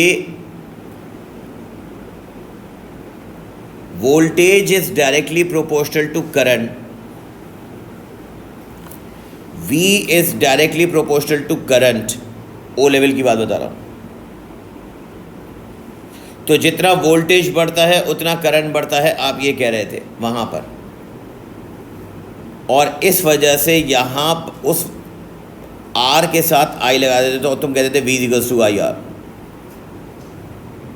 यहाँ पर मैं कुछ और कह रहा हूँ, वहाँ पर वोल्टेज, बेटा समझे ज़रा, ओ लेवल में voltage directly proportional to current होता था, यानी करंट इंडिपेंडेंट होता था, वोल्टेज डिपेंडेंट होता था। करंट बढ़ेगा तो वोल्टेज भी बढ़ेगा। Voltage is directly proportional to current. Maths में क्या कहते हो भाई, y is directly proportional to x, तो y is directly proportional to x में y कौन है, डिपेंडेंट वेरिएबल, x कौन है, इंडिपेंडेंट वेरिएबल। डिपेंडेंट और डिपेंडेंट का फ़र्क समझें, डिपेंडेंट और इंडिपेंडेंट का फ़र्क समझें, क्योंकि इससे कांस्टेंट का फैक्टर उलट जाएगा, उल्टा हो जाएगा। ओ लेवल में voltage directly proportional to current था, तो करंट इंडिपेंडेंट हुआ, वोल्टेज डिपेंडेंट हुआ, तो फिर रेजिस्टेंस की वैल्यू V/I थी। A2 में charge is directly proportional to voltage, मतलब वोल्टेज इंडिपेंडेंट हो गया, चार्ज जिसका ताल्लुक करंट से है वो डिपेंडेंट हो गया। तो इस हिसाब से यहाँ जो कांस्टेंट फैक्टर है C, अब C बराबर हो गया Q/V के, तो देखो उल्टा ही तो है। रेजिस्टेंस के रिलेशन में वोल्टेज ऊपर करंट नीचे, कैपेसिटेंस के रिलेशन में चार्ज ऊपर वोल्टेज नीचे, रिवर्स है, इसलिए उसका फॉर्मूला भी रिवर्स है। खैर आपसे A2 में ये पूछा नहीं जाएगा, मगर मैंने तुम्हें सिर्फ लॉजिक के लिए बताया कि तुम्हें बात समझ में आए कि डिपेंडेंट और इंडिपेंडेंट में क्या फ़र्क होता है। A2 में जो आपसे पूछा जाएगा वो ये पूछा जाएगा भाई कि सीरीज़ में फॉर्मूला ड्राइव करें। याद रखना सीरीज़ में चार्ज कांस्टेंट है, ये तो वही कॉन्सेप्ट है सीरीज और पैरेलल का, और वोल्टेज डिवाइड होता है। अब सुनो पैरेलल की डेरिवेशन, बिल्कुल इसी तरह से पैरेलल में। अब मुझे एक बात बताएं, पैरेलल में ये 3 कैपेसिटर्स पैरेलल में कनेक्टेड है बेटा,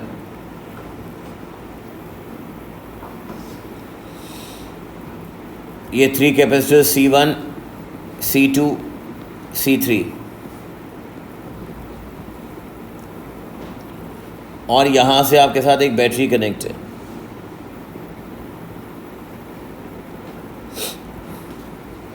अब यहाँ पर बैटरी का वोल्टेज है V, जैसे सीरीज में बैटरी कनेक्ट थी। अब मुझे बताओ जब यहाँ से चार्ज फ्लो करना शुरू करेगा, कैपेसिटेंस में हम फ़र्क यह है कि कैपेसिटर के टॉपिक में हम करंट की बात नहीं करते, चार्ज की बात करते हैं, बात तो एक ही है,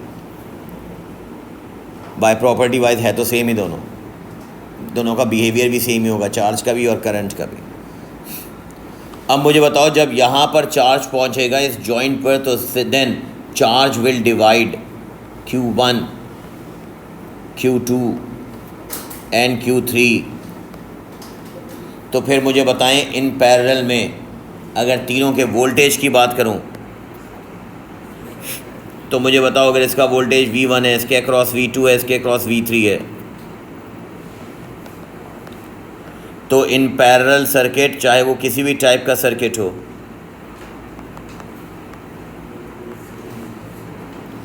voltage remain same.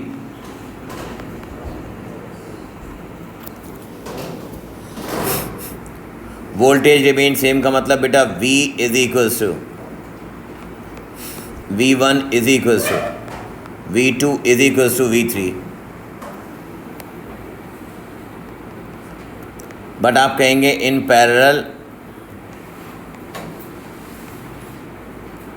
Charge divides, जो बैटरी से टोटल चार्ज सप्लाई हो रहा है वो चार्ज डिवाइड हो जाएगा। तो जो टोटल चार्ज सप्लाई हो रहा है Q is equals to Q1 plus Q2 plus Q3। Again start वही है कि since the formula is Q is equals to CV, so जहाँ Q लिखा है वहाँ पर CV लिखूँ,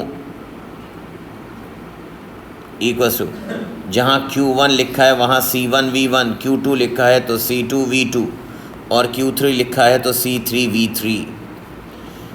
जैसे कि सीरीज़ वाले में बेटा इस वाले स्टेप में जिसमें ऐड हो रहा था उसको आपने नीचे कंटिन्यू किया। पैरेलल वाले में वोल्टेज ऐड हो रहा था, V equals to V1 plus V2 plus V3। तो कैपेसिटेंस के फॉर्मूले को वोल्टेज का सब्जेक्ट बना के तुमने वोल्टेज को रखा था। जो चीज़ ऐड हो रही होती है उसको रखते हैं। आप वहाँ पर वोल्टेज सीरीज़ में देख लो, वोल्टेज की इक्वेशन थी, voltage equals to V1 plus V2 plus V3। तो वोल्टेज को सब्जेक्ट बनाकर तुमने Q/C किया था। मगर सीरीज़ में चार्ज ऐड होता है तो तुमने चार्ज को ही सब्जेक्ट रहने दिया। तो Q इक्वल्स टू CV के बराबर होता है। तो मैंने कहा भाई फिर Q1 होगा तो C1V1, Q2 होगा तो C2V2, Q3 होगा तो C3V3, मगर वोल्टेज रिमेन सेम। अगर वोल्टेज सेम है तो मुझे बताएं फिर अलग अलग लिखने के बजाय C1V plus C2V plus C3V, C1 plus C2 plus C3, left side पर जो CV है उससे V से V कैंसिल। जो रेजिस्टर्स इन सीरीज़ का फॉर्मूला था वो रेजिस्टर्स इन पैरेलल का फॉर्मूला है।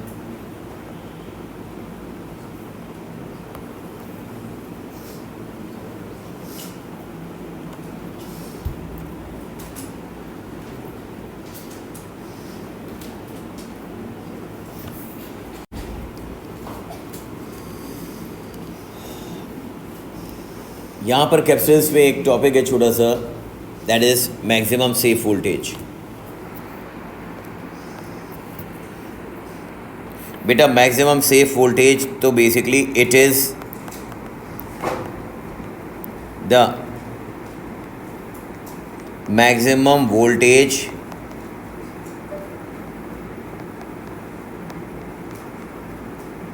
available to the circuit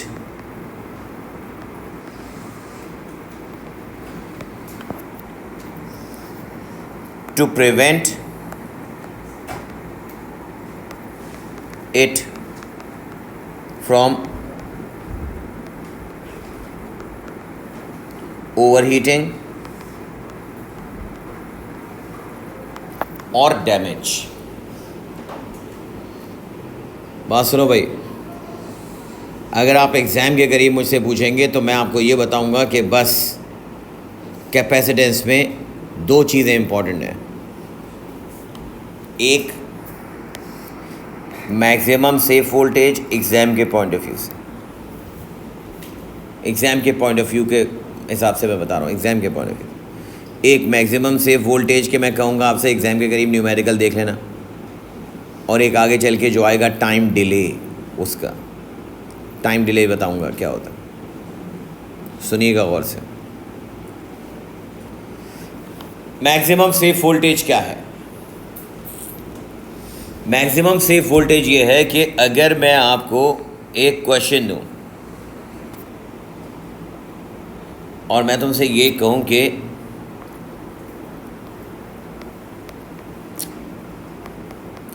question सुनना, in a circuit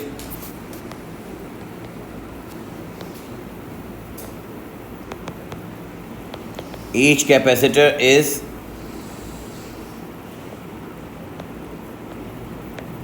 50 microfarad, 8 volt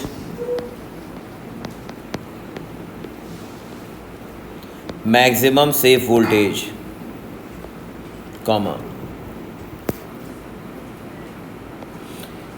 calculate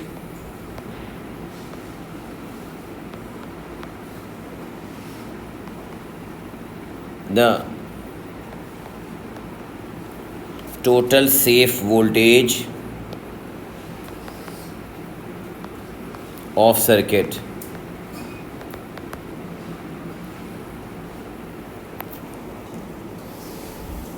अब वो आपसे पूरे सर्किट का सेफ वोल्टेज पूछ रहा है। सेफ वोल्टेज का मतलब क्या होता है कि उससे ज़्यादा वोल्टेज ना हो वरना डैमेज हो जाएगा सर्किट। यानी कि वो आपसे ये कह रहा है कि भाई ये मुझे बैटरी का वोल्टेज नहीं पता, ये वोल्टेज बताना है बैटरी का आपको, और आपको उसने इस तरह से एक सर्किट दिखा दिया सामने, देखो वो कह रहा है कि तुम्हारे पास एक सर्किट है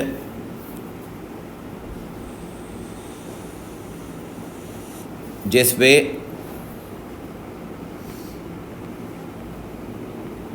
ये एक कैपेसिटर मौजूद है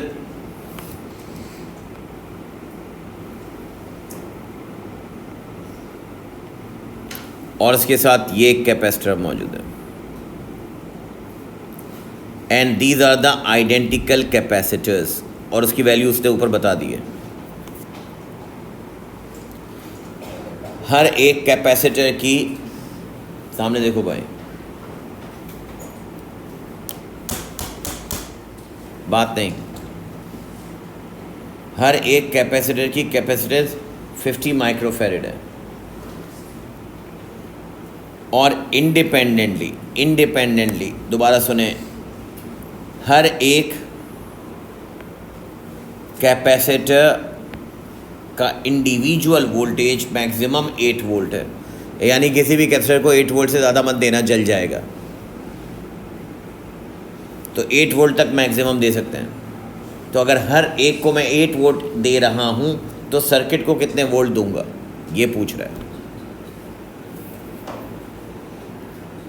तो 8 8 8 24 तो नहीं होंगे, ऑब्वियसली नहीं होंगे। कैसे होंगे ये देखें और प्लीज़ गौर से देखें इसका मेथड। बेटा आप कहेंगे सबसे पहले कि ये दो आपस में कैसे हैं, पैरेलल में। अगर पैरेलल में हैं तो इनकी टोटल कैपेसिटेंस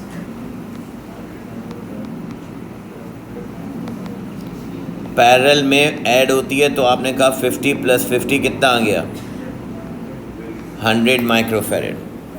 अब मेथड सुनना मेरा प्लीज़।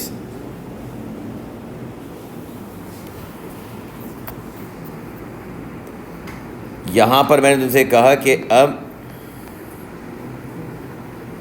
एक ये सिंगल रजिस्टर है जिसकी 50 माइक्रोफैरड कैपेसिटेंस है। कैपेसिटेंस का मतलब C, और इसका वोल्टेज 8 वोल्ट है। दोबारा सुनो, मैं किस पे फोकस कर रहा हूँ। C 50 माइक्रोफैरड है, V 8 वोल्ट है। ये नॉर्मल तरीके से नहीं होगा, सिंपल एक चीज़ अप्लाई कराऊंगा, बस देखना ज़रा गौर से।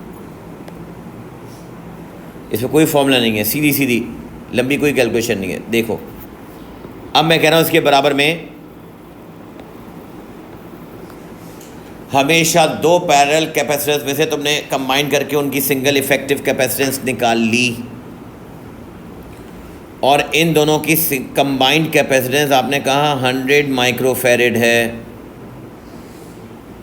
ऐसे ही है ना। मैं तुमसे ये पूछ रहा हूँ बेटा, अब ध्यान देना ज़रा, मैं तुमसे ये पूछ रहा हूँ कि इसकी कैपेसिटेंस 100 है, तो इसका वोल्टेज क्या होगा। आप कहेंगे सर ये सीरीज सर्किट है। अगला जुमला सुनना, सीरीज सर्किट में चार्ज कांस्टेंट होता है, सीरीज सर्किट में चार्ज कांस्टेंट होता है। इसका मतलब Q = CV में, Q = CV में C is inversely proportional to V, क्योंकि Q कांस्टेंट है। सुने गौर से, C is inversely proportional to V, क्योंकि Q कांस्टेंट है। इसका मतलब अगर कैपेसिटेंस, सिंपल कैलकुलेशन, अगर कैपेसिटेंस यहाँ से यहाँ डबल हुई है तो वोल्टेज यहाँ से यहाँ, कंप्लीट करो, वोल्टेज यहाँ से यहाँ हाफ होगी। हमेशा ऐसा ही होगा। सेफ वोल्टेज का मेथड बता रहा हूँ। जो पैरेलल में कैपेसिटेंस थी उसका कंबाइन निकाल लो। निकालने के बाद तुम कहोगे कि भाई कैपेसिटेंस जितने टाइम्स बढ़ रही है या कैपेसिटेंस उतने कम हो रही हो, तो जितने टाइम कैपेसिटेंस कम हो रही है तो दूसरा वोल्टेज उतना बढ़ेगा, ऑपोजिट हो जाएगा। यहाँ पर बेटा कैपेसिटेंस 50 से 100 हुई, कैपेसिटेंस डबल हो गई, तो आप कहेंगे बराबर वाले में वोल्टेज हाफ होगा, यानी कि इसमें 8, पहले वाले में 8 वोल्ट है, तो इसमें कितना हो जाएगा भाई? आप कहेंगे इसमें 4 वोल्ट होगा, और जब इसमें 4 वोल्ट होगा तो मुझे बताएं टोटल बैटरी के safe voltage. Yes, total safe voltage is equals to 8 + 4, that is 12 volt. ये है सेफ वोल्टेज का method. That is, this is the only way you will get the safe voltage straight away. Same pattern, same question, same method you will see in past paper. Beta, now we have charging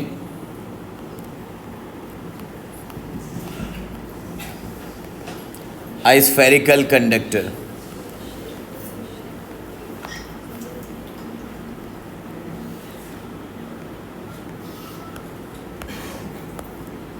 charging A spherical conductor.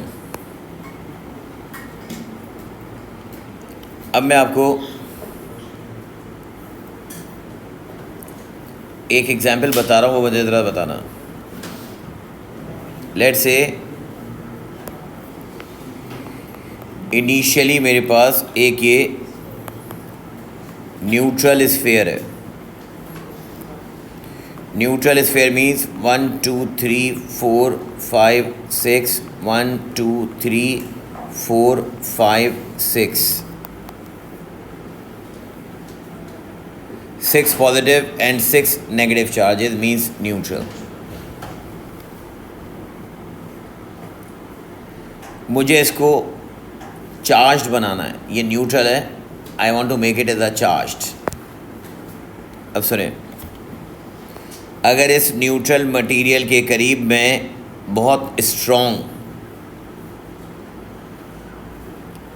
कोई बहुत strong negatively charge rod लेकर आ जाऊं, that is negatively charge rod,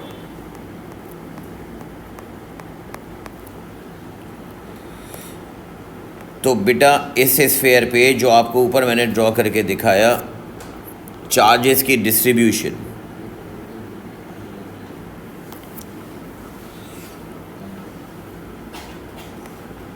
change हो जाएगी।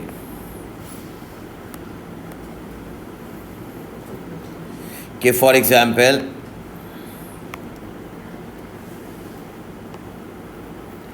अब मुझे बताओ कि होगा ये कि लेफ़्ट साइड पर आप कहेंगे due to force of attraction, left side पर कंप्लीटली पॉजिटिव चार्ज आ जाएगा, और due to force of repulsion right side पर नेगेटिव चार्ज चला जाएगा। Is that clear? अब इसके बाद देखिएगा, अब यहाँ पर आप जो स्फीयर का राइट साइड है जिस पर नेगेटिव चार्ज आया है, स्टेप 3 में, इस स्टेप 3 में जिस पर स्फीयर का नेगेटिव चार्ज आया है उसके राइट साइड पर एक वायर को ज़मीन में दबा के अर्थ कर दें। दैट इज़ कॉल्ड, याद करें ओ लेवल में, earthing. Earthing is the method by which an electrons are allowed to flow to the ground. Electrons को या एक्सेस इलेक्ट्रॉन्स को आप एक पैसेज देते हैं, एक पाथ देते हैं कि वो फ्लो आउट कर जाएं कंडक्टर में से। तो एक्चुअली यहाँ पर नेक्स्ट स्टेप में तुमने ये दोबारा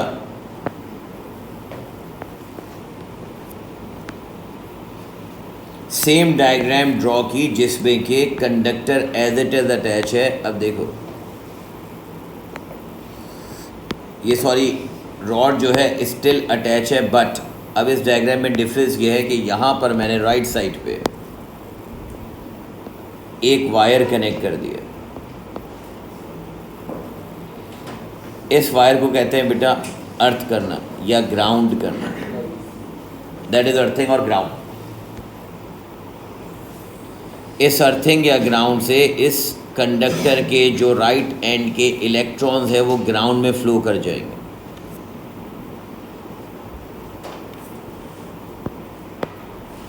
और जब ये राइट एंड के इलेक्ट्रॉन्स ग्राउंड में फ़्लो करेंगे तो इसका मतलब ये राइट साइड से खाली हो गया।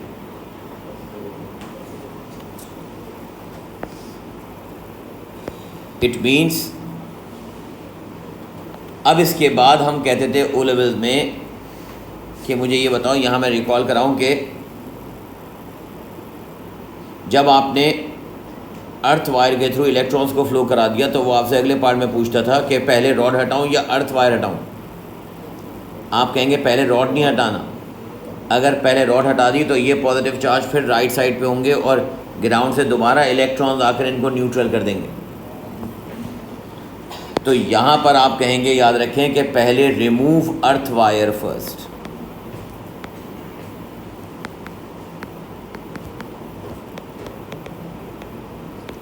पहले आप अर्थ वायर रिमूव करेंगे। अर्थ वायर रिमूव करने से होगा ये कि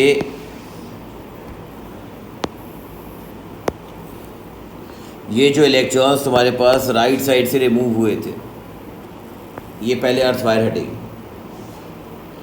और अब फाइनली आप कहेंगे कि अब आप रॉड भी हटा देंगे। तो देखो, जब मैं रॉड हटाऊंगा, डिफरेंस देखना, जब बेटा मैं रॉड को रिप्लेस मूव कर दूंगा तो फिर जो पॉजिटिव चार्जेस राइट एंड पे अट्रैक्ट हुए हुए थे, अब वो पॉजिटिव चार्जेस कंडक्टर में इक्वली स्प्रेड आउट हो जाएंगे।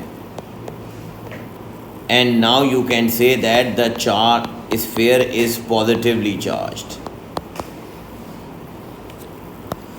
अब हम यहाँ पर कह सकते हैं कि ये स्फीयर पॉजिटिवली चार्ज्ड है।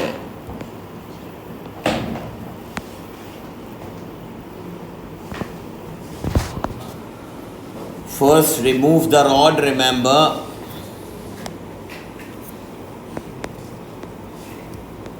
First remove earth wire and then remove rod.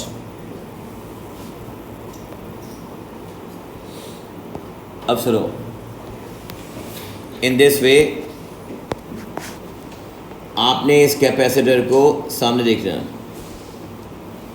अब ये कैपेसिटर कंप्लीटली पॉजिटिवली चार्ज्ड है।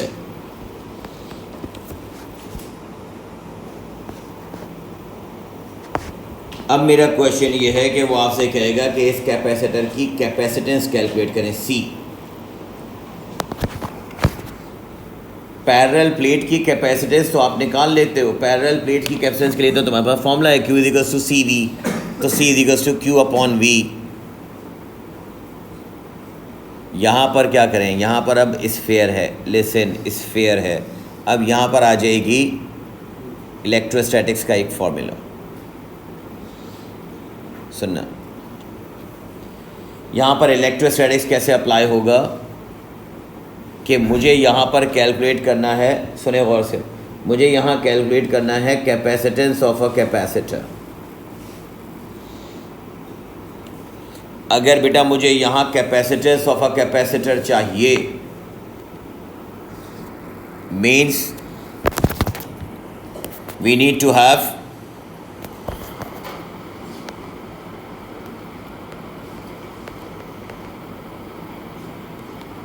capacitance of a capacitor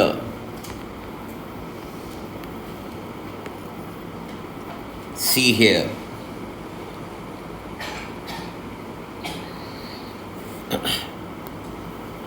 suppose करो ये late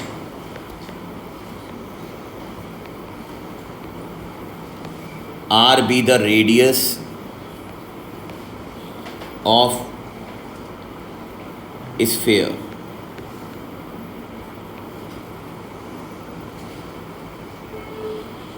Since Q is equals to CV.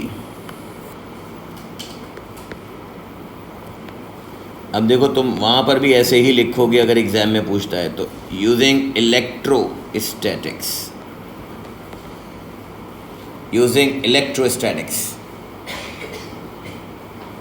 मुझे बताओ, अगर मैं इलेक्ट्रोस्टैटिक्स अप्लाई करूँ तो वोल्टेज का फॉर्मूला क्या होता था? Voltage is equal to Q divided by, complete करें, 4 pi epsilon naught into are.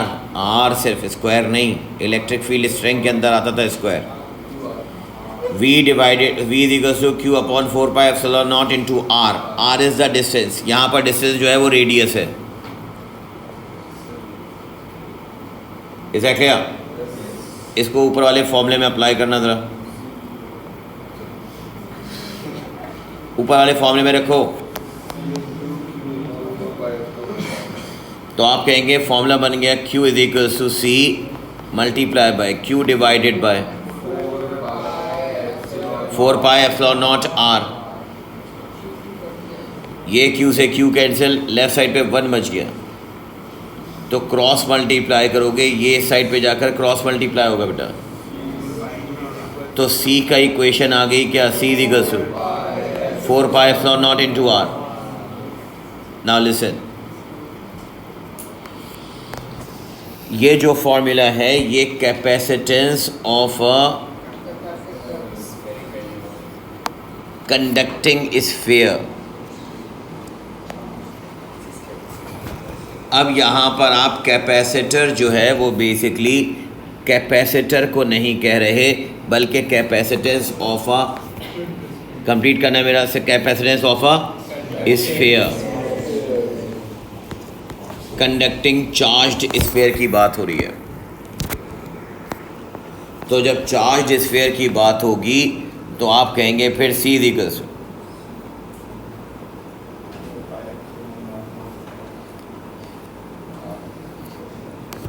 ये फॉर्मूला तुमसे एग्ज़ाम में पूछा जाता है और ये नॉर्मली 2 मार्क्स का या 3 मार्क्स का आता है।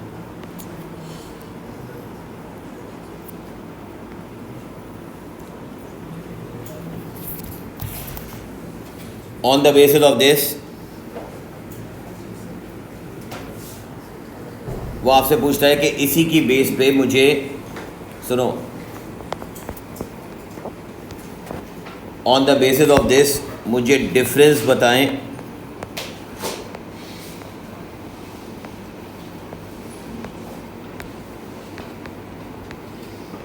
Between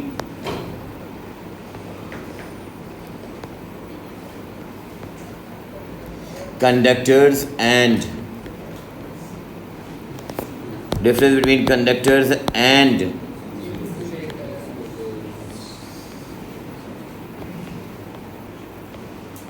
insulators, difference between conductors and insulators।